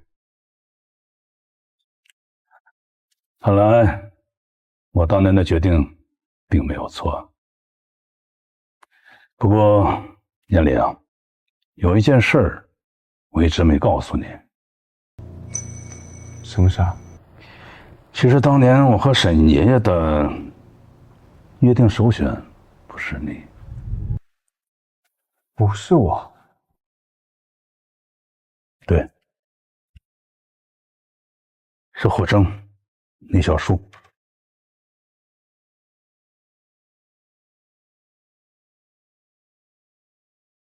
为什么是小树啊？霍征更合适，他的性格稳重，又常年在外面跑，见识广，他能更了解知意那孩子心里想什么，要做什么。而且他的单身，并没有什么乱七八糟的前尘往事。那后来为什么？霍征那小子，后来他知道了，直接就拒绝了。拒绝了？对，他说他和知意适合做战友，但却给不了他人间烟火，说你更合适。所以啊，念离，你要知道，知意嫁给你，并不是高攀我们霍家，而是霍家有幸遇到了他。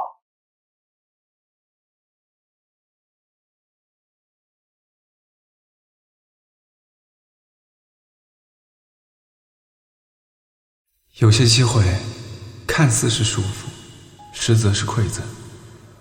我差点亲手将这份馈赠丢弃。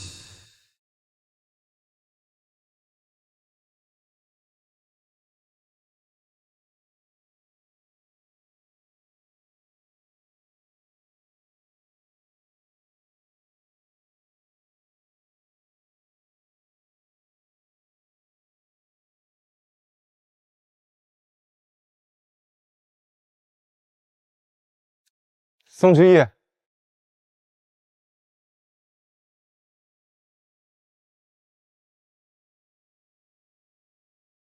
燕里，你怎么来了？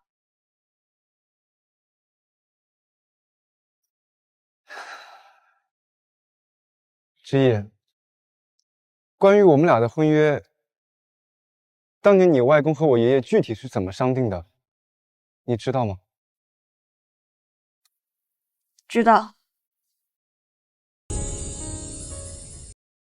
知道。他果然知道，而且是用这样一种全然不在意的口吻说出来。所以，你一早就知道小树才是首选。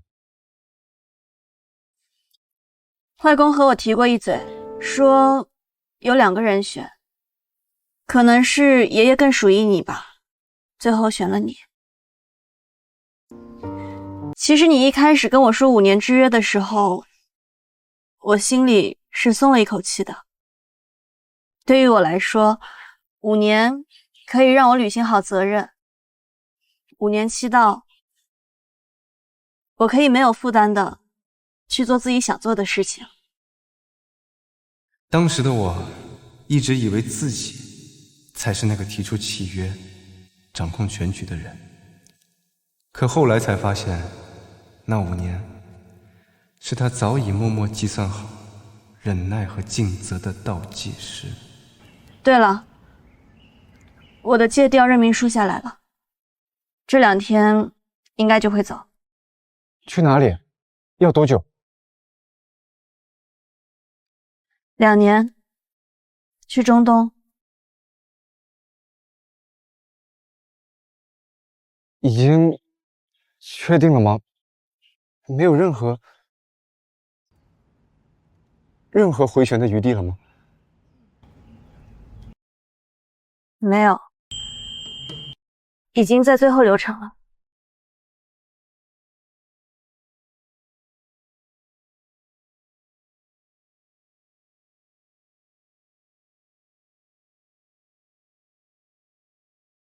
好，我尊重你的决定。明天回霍家老宅吃个饭吧，让大家给你见个行。好。我公司还有事情，我先回去了。各自好，各自坏，各自生活的自在，毫无关联的存在，直到你出现在我眼中，躲不开。霍艳丽，你的心意我也明白，但我不想因为自己想做的事情而把你给困在婚姻里。或许你有更好的归宿。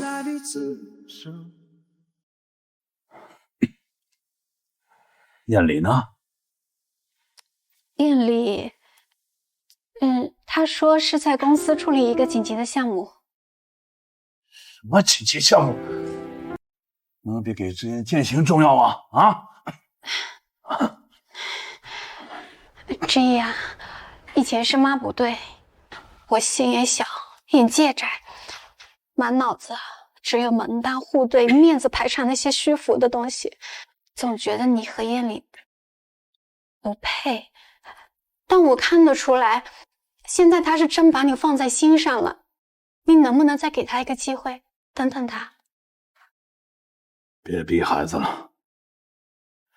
之言要去战区工作，是之言职业规划中重要的一步。之一生来就属于广阔的天地。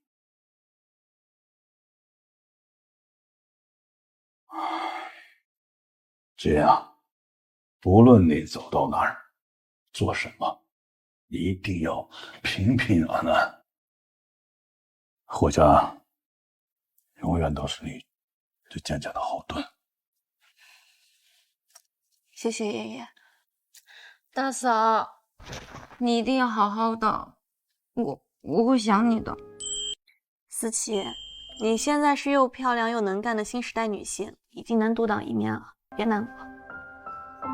大嫂，刚开始的时候，我和周哥、季哥他们都觉得你太闷，家世背景和我们也不是一路，觉得你攀了高枝，所以那时候看你的眼光也带了一些偏见，甚至是等着看笑话。所以那个时候我们看你的眼光都带了些偏见，甚至是等着看笑话。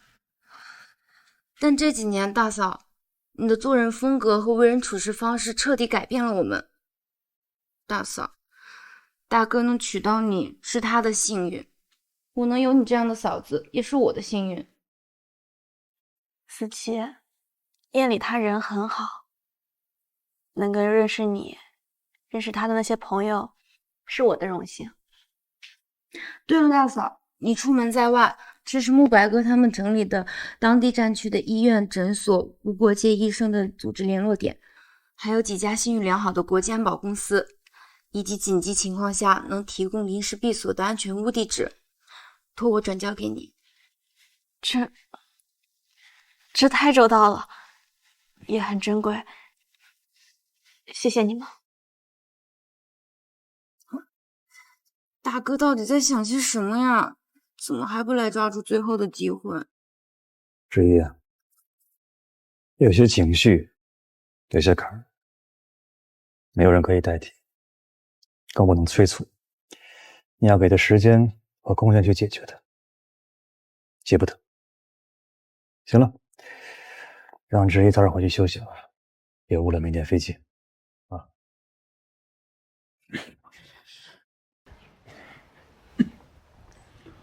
爷爷，那我就先走了。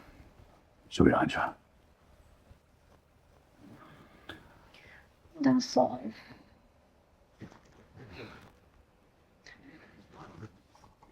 之一，注意安全。咱们那边见。谁能给我自由的我？再见。坐在屋顶晨光之上，留出一段空白生活，没有人发现我。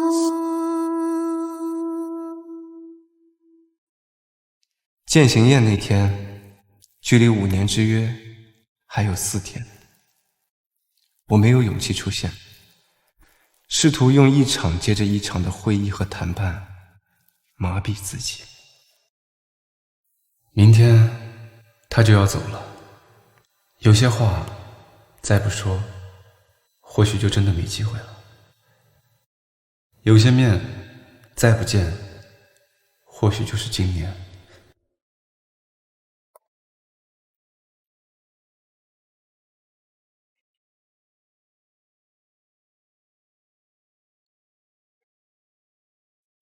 是我。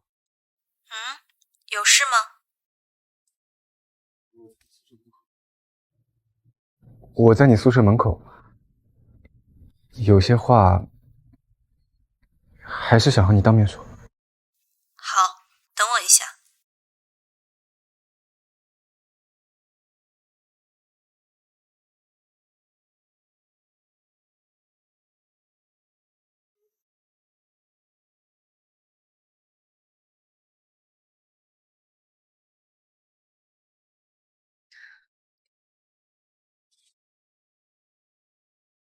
这么晚过来，是爷爷出什么事儿了吗？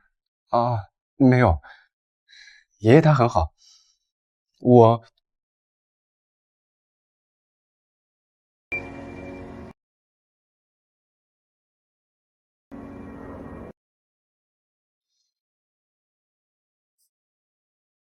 你明天几点飞机啊？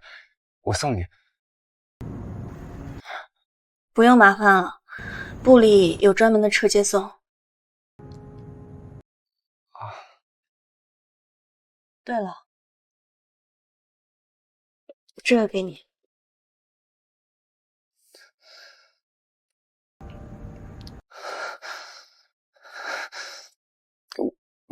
我说过，我收回5年之约啊。夜里，你的世界在这里，而我甚至不知道我的终点在哪里，明天会如何？我不想你承受那些你本不该承受的担忧和等待。我不怕等待和。谢谢你5年来的尊重，让我完成了对外公、对爷爷的承诺，也让我度过了我很有意义的阶段。但时间到了，我们都该回到最初的位置，这样对我们都好。进我腿都是种挣扎，怕一时冲动说错话，更怕永远错过你啊。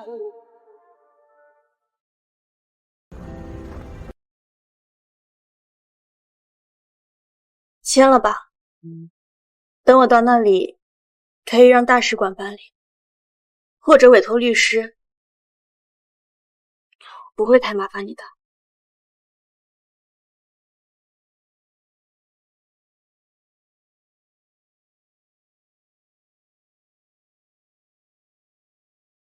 好。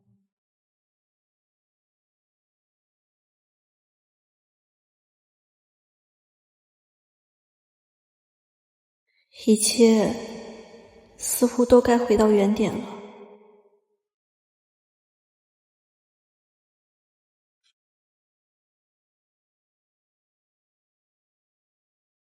丫头，同你爸妈牺牲那年，你才12岁，不哭不闹，帮着料理后事，安慰我这老头子开始，我就知道你这孩子啊，心里装的事太多，也太要强。我知道你努力进入外交司，是要继承父母的理想。你爸妈要是没走，我绝不逼迫你。可外公一走，你就没了依靠。霍家门槛高，背景深，那些想要动你的人，就得掂量掂量霍家的分量。这也是外公能想到的，在你羽翼彻底丰满之前，能给你找到的最坚固的一道铠甲。外公知道让你嫁到霍家是委屈你，可我这心里实在是放不下呀，孩子。好，外公，我知道了。即使只是法律意义上的关联，这也是外公最后对我的保护。霍艳丽，这5年谢谢你给过我体面，从未让我难堪。这5年我很快乐。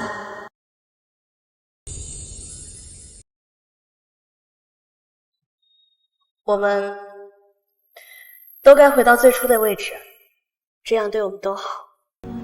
寺院。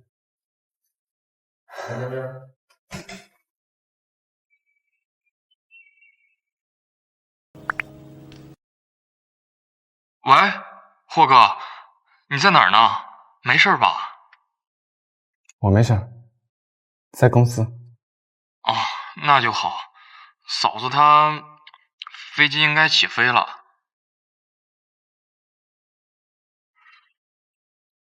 真就让她这么走了？走了，走了也能追回来。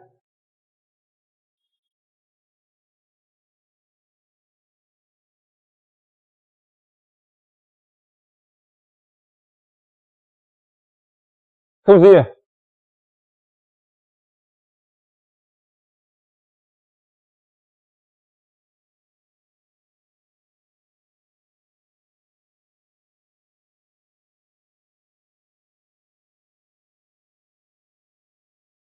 ，5年之约作废。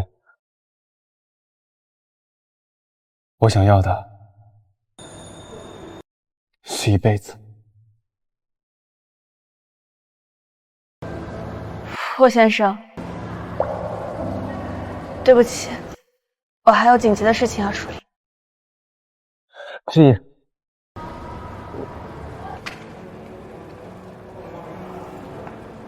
我不是想让你停下，或者说改变方向。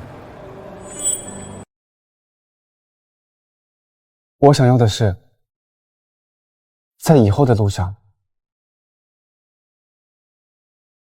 我可以陪着你一起。霍先生，你知道陪着我意味着什么吗？那不是京市、日内这样的大城市，而是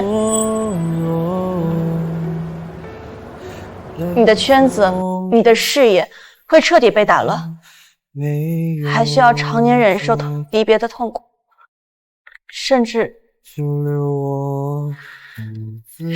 等来坏消息的日子。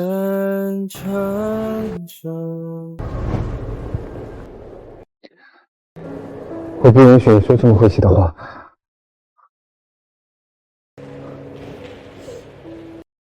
可这是事实。叶丽，我不想用婚姻束缚你，你应该有正常的家庭，安稳的陪伴，也许还会有孩子。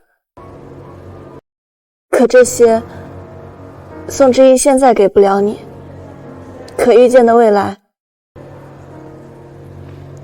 也给不了。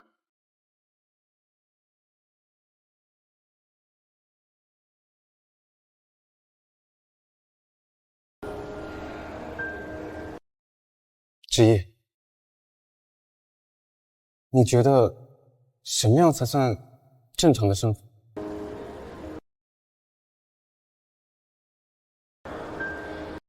朝九晚五，结婚生子，儿孙绕膝，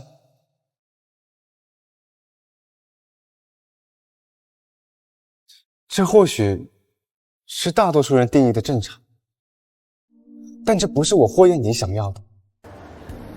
我想要的是在你需要帮助的时候，可以第一时间出现在你身边。可是，没有可是，知意，你可以拒绝我的感情，可以解除我们法律上的婚姻关系，但你不能替我决定我想要的生活是什么样的。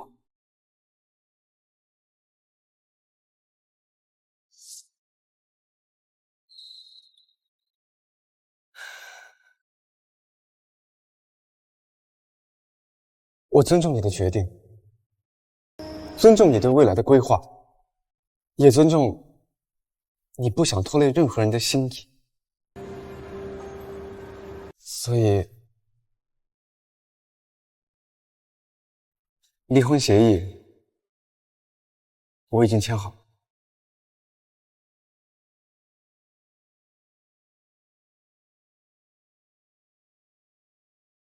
但我有一个附加条款。附加条款不是法律条款，是君子协定。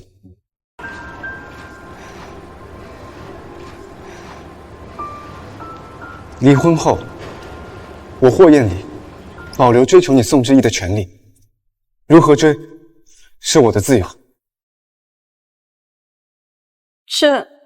这算什么附加条款？没有任何法律效力，也没有意义。但对我有意义啊！我们虽然结束了法律上的婚姻关系，但在我心里，你永远都是我的妻子。除非有一天，你真的彻底爱上了别人。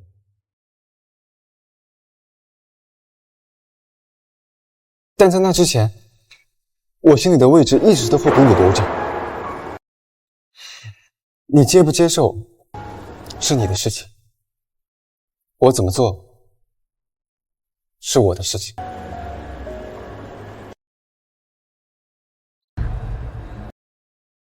随你吧。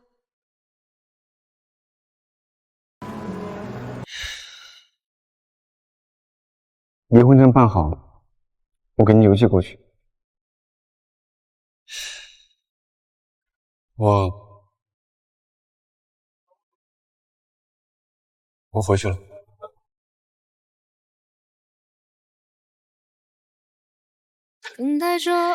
谢谢你。期盼着这愿望也许会允诺。谢谢你这5年来的尊重，谢谢你没有将这约定的婚姻变成一场闹剧，也谢谢你的成全。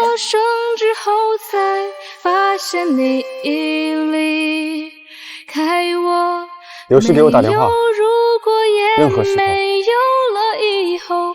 只剩下寂寞和失去的笑容在夜空闪烁。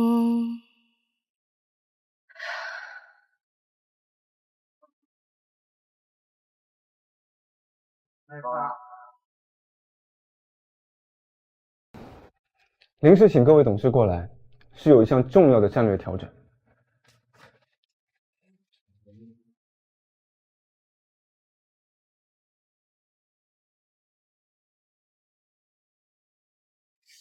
这个跟原来计划不一样啊！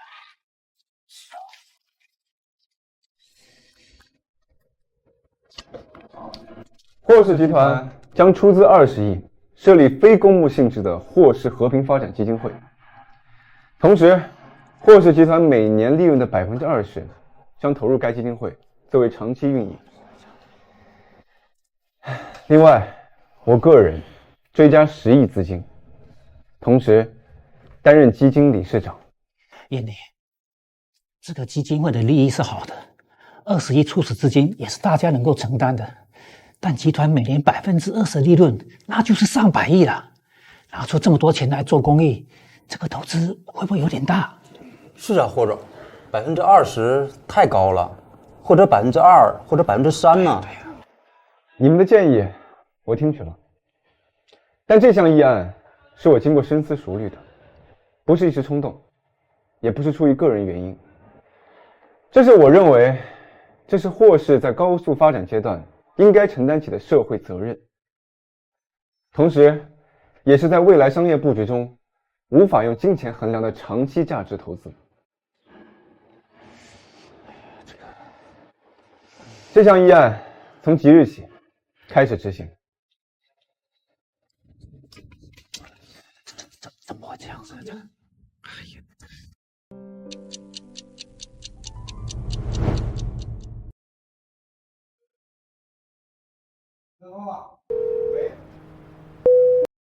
爷爷他可能就这几天了，他一直念叨你。如果你方便的话，我坐最快一班。我坐最快一班航班回去。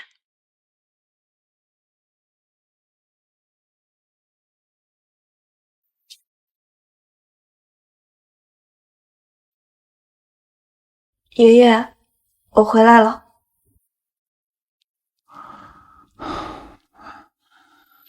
申爷回来了。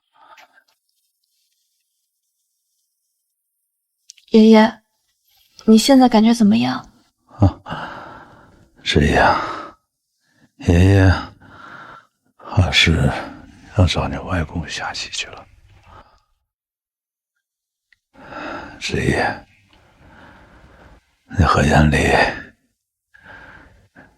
真的是不可能了吗？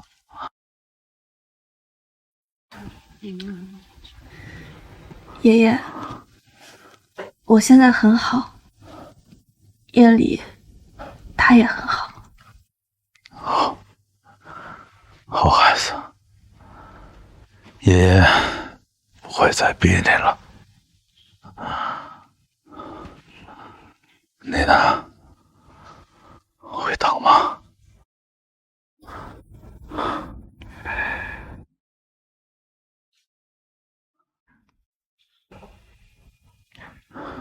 等。好。你们俩都是倔脾气。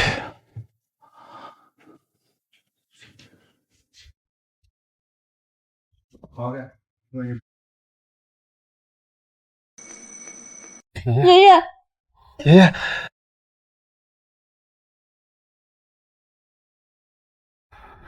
爷爷，爷爷，爷爷，爷爷走了。在问完最后一个牵挂的问题，得到我跟宋之仪各种倔强的回答后，安然离去。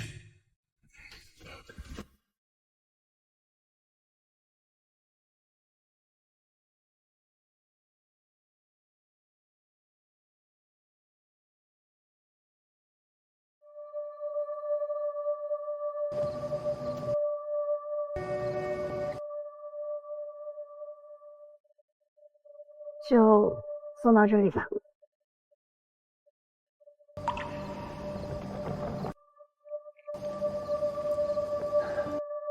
接下来去哪？先去日内，有一个重要会议，再去非洲常驻，那边有边境冲突。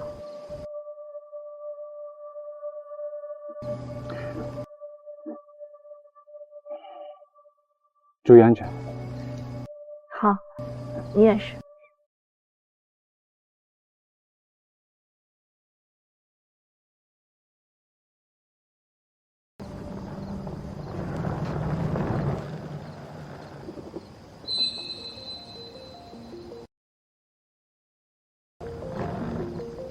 霍艳丽，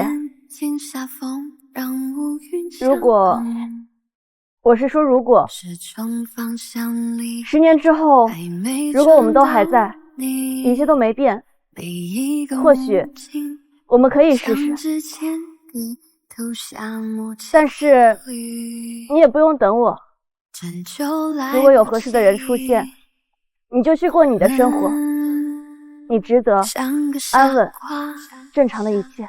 告别懵懂，还什么都不懂，爱情啊，总向往着平淡，安静的你，静得像半世纪，想带你去启程某一个归途，想和你一起晚上老地方见呗，哥几个陪你喝点。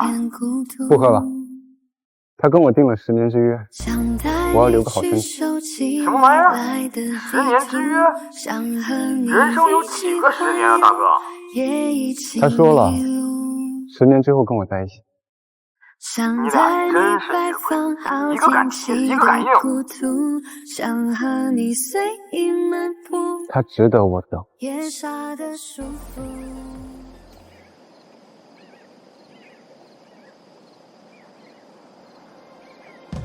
人生这条路很漫长，希望我走在路上，路的尽头始终有你。孙之意，10年而已，我等得起。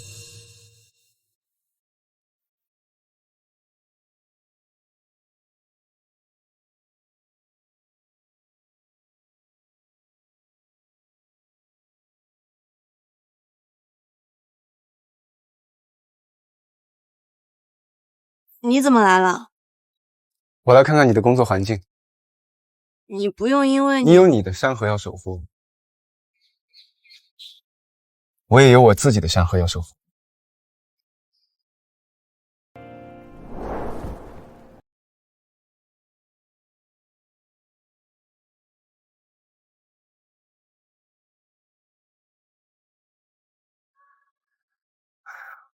我不会说什么漂亮话，以后你去哪里我就去哪里，你放心，我绝对不会拖你后腿的。那你公司不要了？不要了，交给我小叔了，所以现在只能投靠你了。可是，放心，不用有压力，对我像对你助手一样就好，就像阿米尔一样。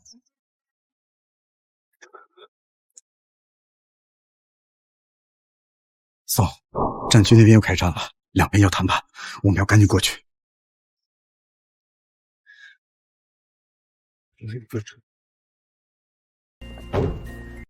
上车，走吧。好吧。真正的山河为证，并非沉重的聘礼，亦非华丽的誓言，而是在各自奔赴山海，历经沧桑之后，于时光深处蓦然回望，发觉那人依旧在来时路上静静守候。山河沉默，岁月无声，而我一直在他身旁。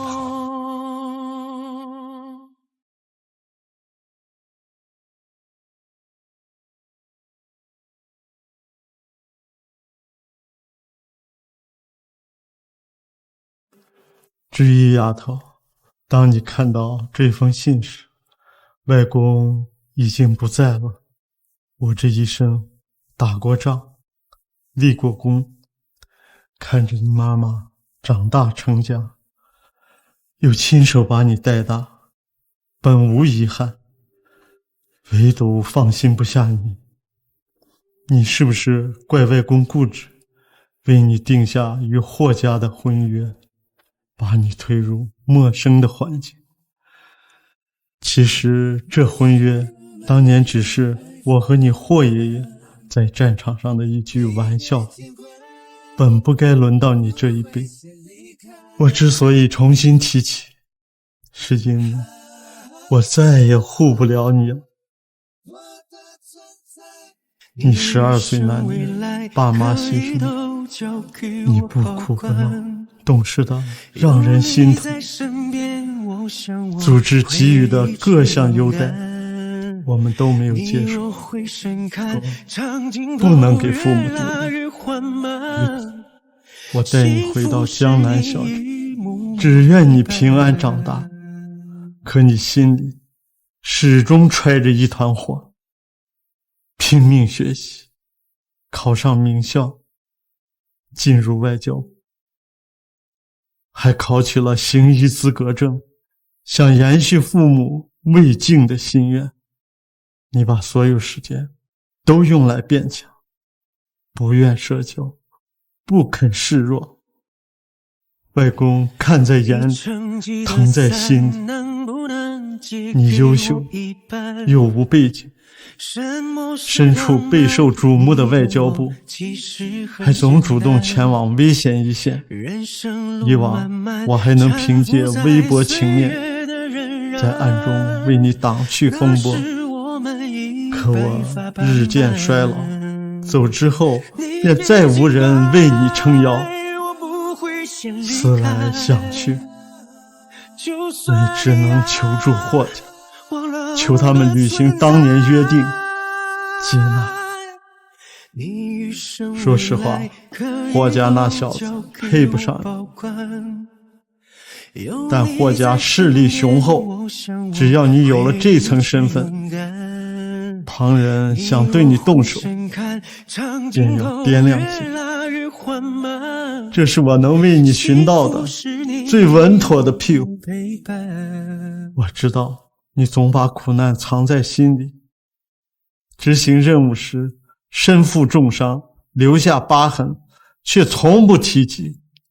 外公心如刀绞，却不敢多问，唯恐打破你仅存的平静。我希望霍家小子能看到你的好，真心待你。可若你在霍家过得委屈，或是遇见了真心相待之人，你可千万不要勉强自己。我早已与你霍爷爷约定，无论你是否与他孙子相守，霍家都会护你周全，你永远拥有选择的自由。丫头，我一生最遗憾的是没能护住你父母，最愧疚的是没能给你轻松的少年时光，还擅自安排了你的婚事。可外公真的很爱你，只愿你往后平安喜乐，能做自己想做的事，爱自己想爱的人，不必再独自背负一切。你若回身看，长镜头越拉越缓慢，幸福是你一幕陪伴。就写到这里，永远爱你。幸福是你一幕幕陪伴。